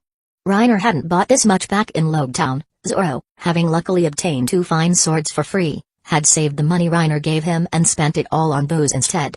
"Let's leave these few barrels for that drunkard. Let's go." Leaving 3 barrels behind, Reiner and the others followed Broggy back to his base deep in the forest. Not long after the Straw Hat crew landed, Little Garden received 2 more uninvited guests. "Damn it. We actually grabbed the wrong person." A dark-skinned man with an afro hairstyle cursed resentfully. "And now we have to come all the way out to this shithole island." Hee, no need to be so angry, Mr. 5, Miss Valentine, wearing a short, hip-hugging skirt and sporting golden hair, giggled lightly. "They're just a few small-time pirates with a 30 million bounty. We'll clean them up quickly and head back." In the primeval forest, Mr. 5 strode forward in his black overcoat, while the skirt-clad woman behind him held a parasol with both hands behind her back, following closely with swaying hips. Soon, the two arrived leisurely at a house made of white wax, walking straight inside where someone was already waiting. "Mr. 3, you certainly seem relaxed." "Yo, isn't it the failed mission duo?" The man with a 3 shaped into his top-knot hairstyle leisurely sipped his coffee and spoke coolly. "This is my break time. We can discuss work matters after I finish this cup of coffee." Such a relaxed vibe, Reiner would surely have remarked, truly shows the bearing of a vice commander, had he been present. Mr. 5 didn't speak, waiting quietly until the other man finished his coffee before hearing Mr. 3 finally speak again. "I'm aware of the mission details. However, the Straw Hat crew isn't the main problem right now. Mr. 3 pulled out bounty posters from his coat, showing the faces of 2 giants. He continued, Straw Hat Luffy and his crew, with a highest bounty of nearly 30 million, have already made contact with Blue Ogre Dory and Red Ogre Broggy. That is the biggest problem. Bounties over 100 million. Miss Valentine slammed her hands on the table with a gasp. Mr. 5's brow furrowed deeply as well. Only Mr. 3, the wax man, remained completely unruffled, slowly dropping an even more shocking statement, and these bounty posters were issued 100 years ago. Silence fell in the wax-constructed room for a moment before Mr. 5's frown finally smoothed out. It's not like they're staying forever. Can't we just wait for them to leave before making our move? That's precisely the problem. Mr. 3 stood up from his chair and addressed the afro-haired man. The magnetic field on Little Garden takes 1 year for a log pose to set for the next island. The wax man paused, then added, I have 2 eternal poses on hand. Later, I will attempt to lure them into the forest and kill them. If they don't follow, I'll attack directly, then feign defeat and leave behind an eternal pose. I understand your meaning. A smirk appeared on Mr. 5's lips. As long as we don't involve those 2 giants, it's much easier to handle. Shall we set up an ambush in the forest? Do whatever you want. I can handle the Straw Hat crew myself. TCH. Arrogant bastard, the afro-haired man scoffed, then left with the skirt-clad woman. Returning to Reiner's group, at the center of Little Garden Island. 2 giant skeletons lay here, sparsely covered with moss and weeds, clearly having rested here for many long years. Below the massive white bones, Broggy grinned widely, holding a large wooden barrel of booze like a cup, downing half of it in one gulp. Reiner and the others had followed him here. Broggy roasted the dinosaur meat he had hunted upon meeting them, and they offered fine wine in return. They ate and chatted, Usopp listening with rapt attention to Broggy's tales of past adventures. Gahahaha. It's been too long since I had a drink. This is great. Hahaha, as long as you're happy, mister. Reiner raised his cup and took a hearty drink. This way, when I ask for your help later, I won't feel too awkward about it. Gahahaha, no problem. Tell me what you need. If I can help a friend, I'll naturally do my best. Then thank you in advance, mister. Reiner didn't beat around the bush. Dealing with straightforward people like Broggy, directness was the best approach, being roundabout would only backfire. He simply explained his ability to Broggy and stated his request to collect the giant's physical template. Gahahaha. Just that little thing? Nothing to be embarrassed about. Doesn't even require me to do anything. Broggy grinned, gulped down the remaining half-barrel of wine, and extended his hand towards Reiner. Go right ahead. Then I won't stand on ceremony, mister. Reiner immediately conjured the azure flame from his hand and placed it on Broggy's. Soon, the flame began to slowly creep up the giant's massive arm. Nami and Usopp watched with anticipation. They knew about and had witnessed Reiner's ability. If he could create such a powerful undead, the crew's combat strength would increase significantly. Ooh? This flame of yours is interesting. It's not hot at all, gahahaha. However, contrary to Broggy's laughter, Reiner's expression wasn't optimistic. Collection failed. Reiner frowned, looking at Broggy's enormous body. He could collect templates from those stronger than himself, but only up to a certain limit, not exceeding his own capabilities by too much. Yet, his current physical condition was already extraordinary. Although still considerably weaker than Broggy, it should have been barely sufficient. Why does it still feel like something's lacking? Thinking this, Reiner directly retracted the azure flame. What's wrong, Kid Reiner? Ah, no, it's nothing. Let me just try one more time. He prepared to directly activate his transformation state and try again. With the attribute boosts granted from his existing undead, it should be enough. Chapter 27, Hockey, a chance? Azure flame seeped out from Reiner's entire body. Just as he was preparing to enter his half-beast form, a colossal explosion from the distance interrupted him. Boom. The thunderclap-like sound was deafening, accompanied by the earth shaking violently, as if the island itself were a sleeping beast rousing from its slumber. The group couldn't help but stagger, and Reiner immediately halted his transformation. What's going on? What happened? Nami knelt, bracing herself with her hands on the ground. Gahahaha. The volcano's eruption is quite fierce this time. Broggy laughed heartily and stood up, his gaze fixed intently on the distant volcano that was suddenly spewing magma. Sorry, Kid Reiner, I've got some business to take care of. We can continue when I get back. Ah, no problem. Reiner gave a simple reply.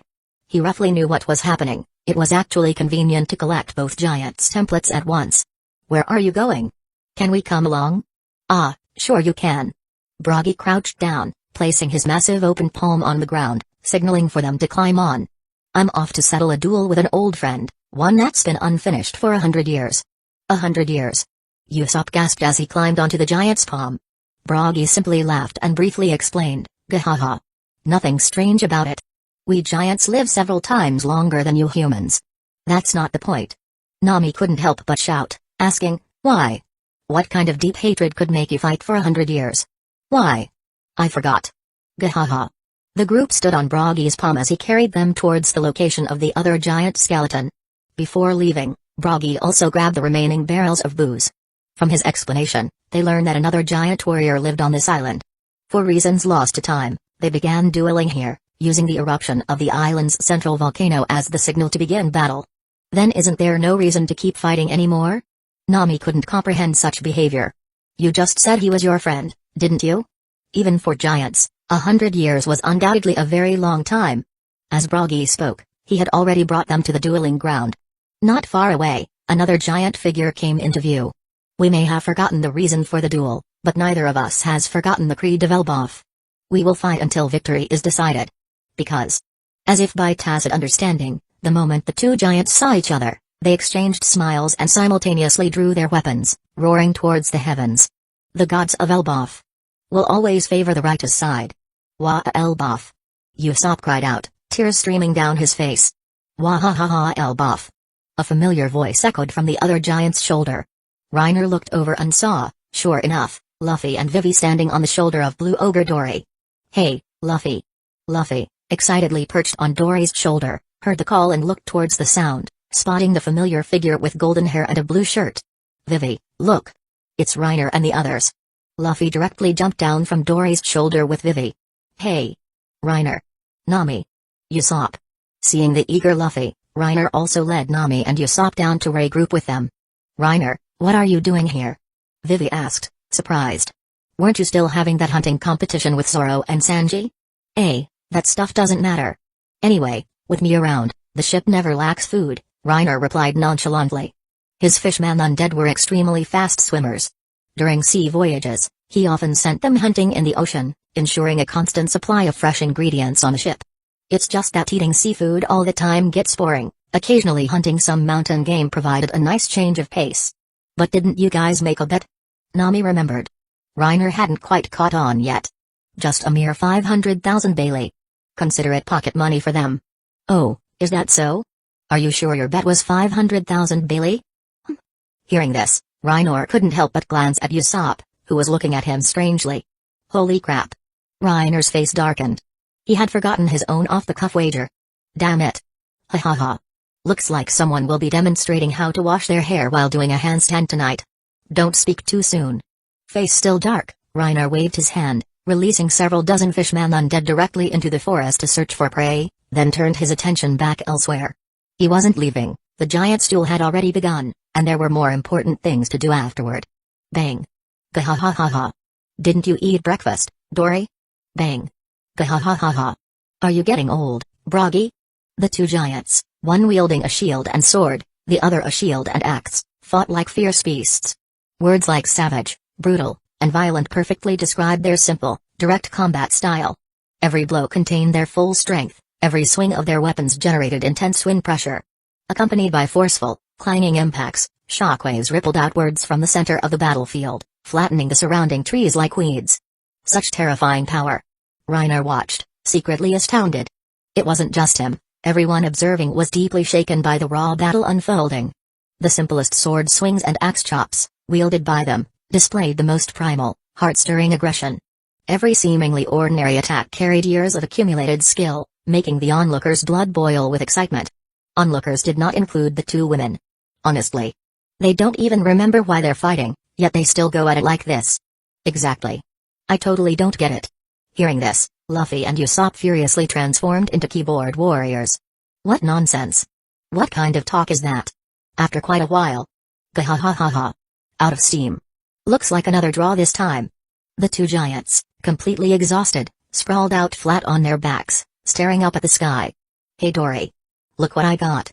Broggy pushed himself up, grabbed a barrel of wine, and tossed it directly to Dory, laughing loudly. It's from our guests. Warwara. It's booze. Dory caught it, glanced at it with a laugh, tore off the lid, tilted his head back, and gulped down a huge mouthful. Gahahaha. Alcohol definitely tastes best after a fight. Seeing the battle end, Reiner and the others also approached, sitting down directly on nearby rocks. Cheers. Thanks, guests. Didn't expect to meet such hardy little people like you. Two giants, Reiner and his crew certainly qualified as little people. Luffy responded with a grin, Shishishi. Don't mention it, mister. Too bad Zoro and Sanji aren't here. Reiner looked at the two giants drinking before him, inexplicably reminded of George S. Patton and General Charles de Gaulle. Then, connecting some dots, he put down his cup and paused before asking, by the way, Mr. Broggy, can you guys use hockey? Hockey, huh? Haven't heard those words around here in many years, Broggy grinned. Why, you want to learn? Hey, Reiner chuckled internally, even a dog would want to learn hockey, let alone me. But hearing Broggy's words filled him with joy. Is there a chance? Ah, yes, we do know hockey. Chapter 28, Hockey, a chance? 2, fuck. It's really possible. Mr. Broggy. Can you tell me the training method? Reiner asked urgently, the burning eagerness in his eyes unconcealed, nor needing to be. Broggy, however, looked somewhat troubled, scratching his head. Although we've grasped it, we're not very proficient. As for teaching, the method might be a bit clumsy. Not proficient? Reiner was surprised. Elbaf was a giant kingdom renowned even in the New World. How could Dory and Broggy, as leaders of the giant warrior pirates, be unskilled in hockey? Dory spoke up, explaining, there are all sorts of strange ability users on the sea, which is why we learned hockey. But for other battles, we primarily rely on our physical bodies and skills. That's right.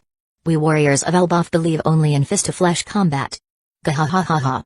Broggy added. What kind of nonsense is that? Can't you fight fist-to-flesh with hockey?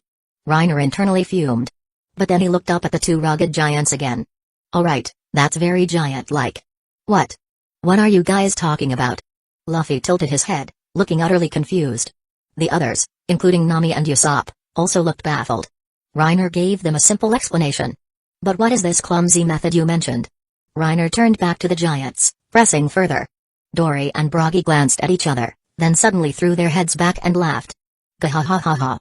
That would be getting hit. Alright. You guys must have taught really, huh?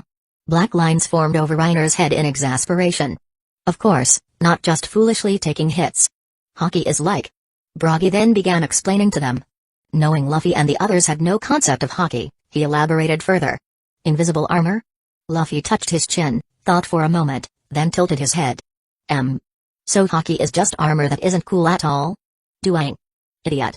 How can you interpret it like that? Nami administered her daily education to Luffy. I think I understand, more or less. Reiner nodded inwardly. But before diving into that, he wanted to try something else. Mister, let's continue what we were doing before. Ooh, you mean that? Come on then. Broggy immediately extended his hand. Reiner began transforming into his half-beast form. Azure flames gradually seeped from all over his body, floating on the surface before enveloping him entirely, dancing like wind. Two short red horns emerged from his forehead, and blood-colored markings spread from the bridge of his nose towards his ears. His body emanated a lifeless aura, like withered wood and dead ashes, heavy with the scent of death. Reiner's physical appearance didn't change drastically, but the dancing blue flames and the deathly aura gave him a profound sense of mortality. Bohahaha. Reiner transformed again. So cool. Luffy was inexplicably interested in anything that could transform. Hey Luffy, what's going on with Reiner? Besides Luffy, no one else present had seen Reiner transform before. Nami and the others didn't even fully understand the different types and abilities of devil fruits. Ah, Reiner's ability lets him transform. Damn it, I want that too. Luffy looked envious. Don't worry, you'll get yours too, Reiner thought, thinking of Luffy's future gears. However, even more shocked than the crew were Dory and Broggy. Both giants stared at Reiner with alarm. They weren't surprised by his ability itself, they had seen plenty of strange devil fruits before. It was because they sensed other familiar, yet unfamiliar, auras emanating from Reiner. Why do you? It's nothing strange, Dory. Broggy interrupted Dory, placing a hand on his shoulder. We've seen similar things before. The young folk have their own paths to walk. Let's not interfere too much. Ah, you're right.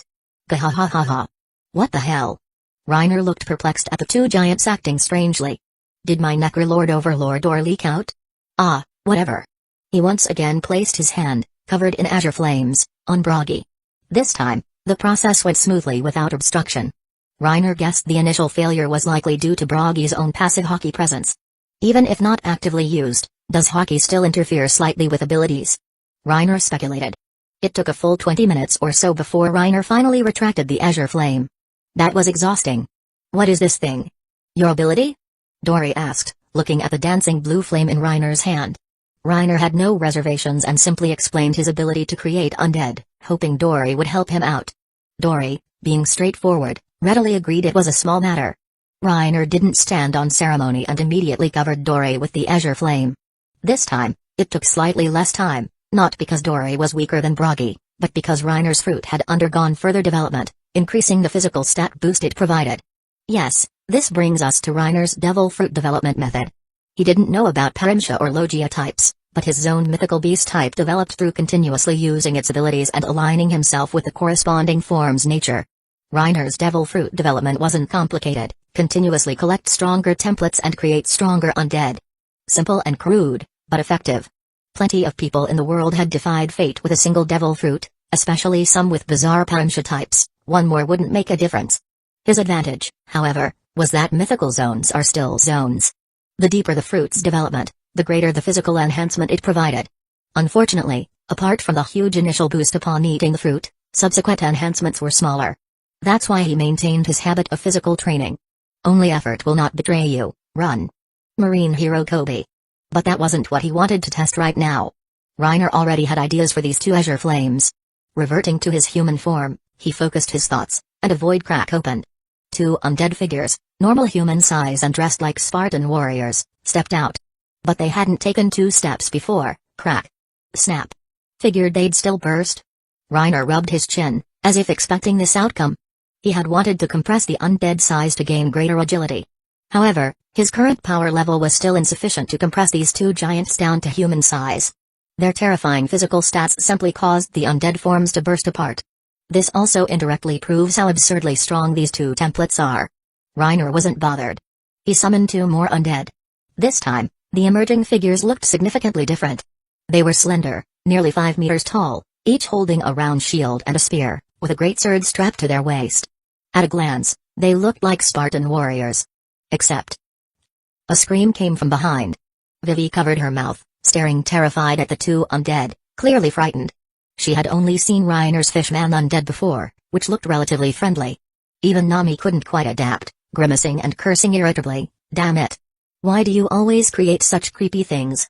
Indeed, the 2 Spartan warriors had no skin, just 2 terrifying, grinning skulls. I can't help it. Reiner spread his hands helplessly. Wasn't the idea to shed unnecessary flesh to increase agility? If he could have compressed them further, he wouldn't have made them like this. He noted the long red and green cloths tied around their respective waists. Blue Ogre and Red Ogre. Guess I'll call these 2 by the Mister's nicknames from now on, Reiner said, dropping his cigarette butt and grinding it out. Finally time to test it. Let's see if you inherited hockey.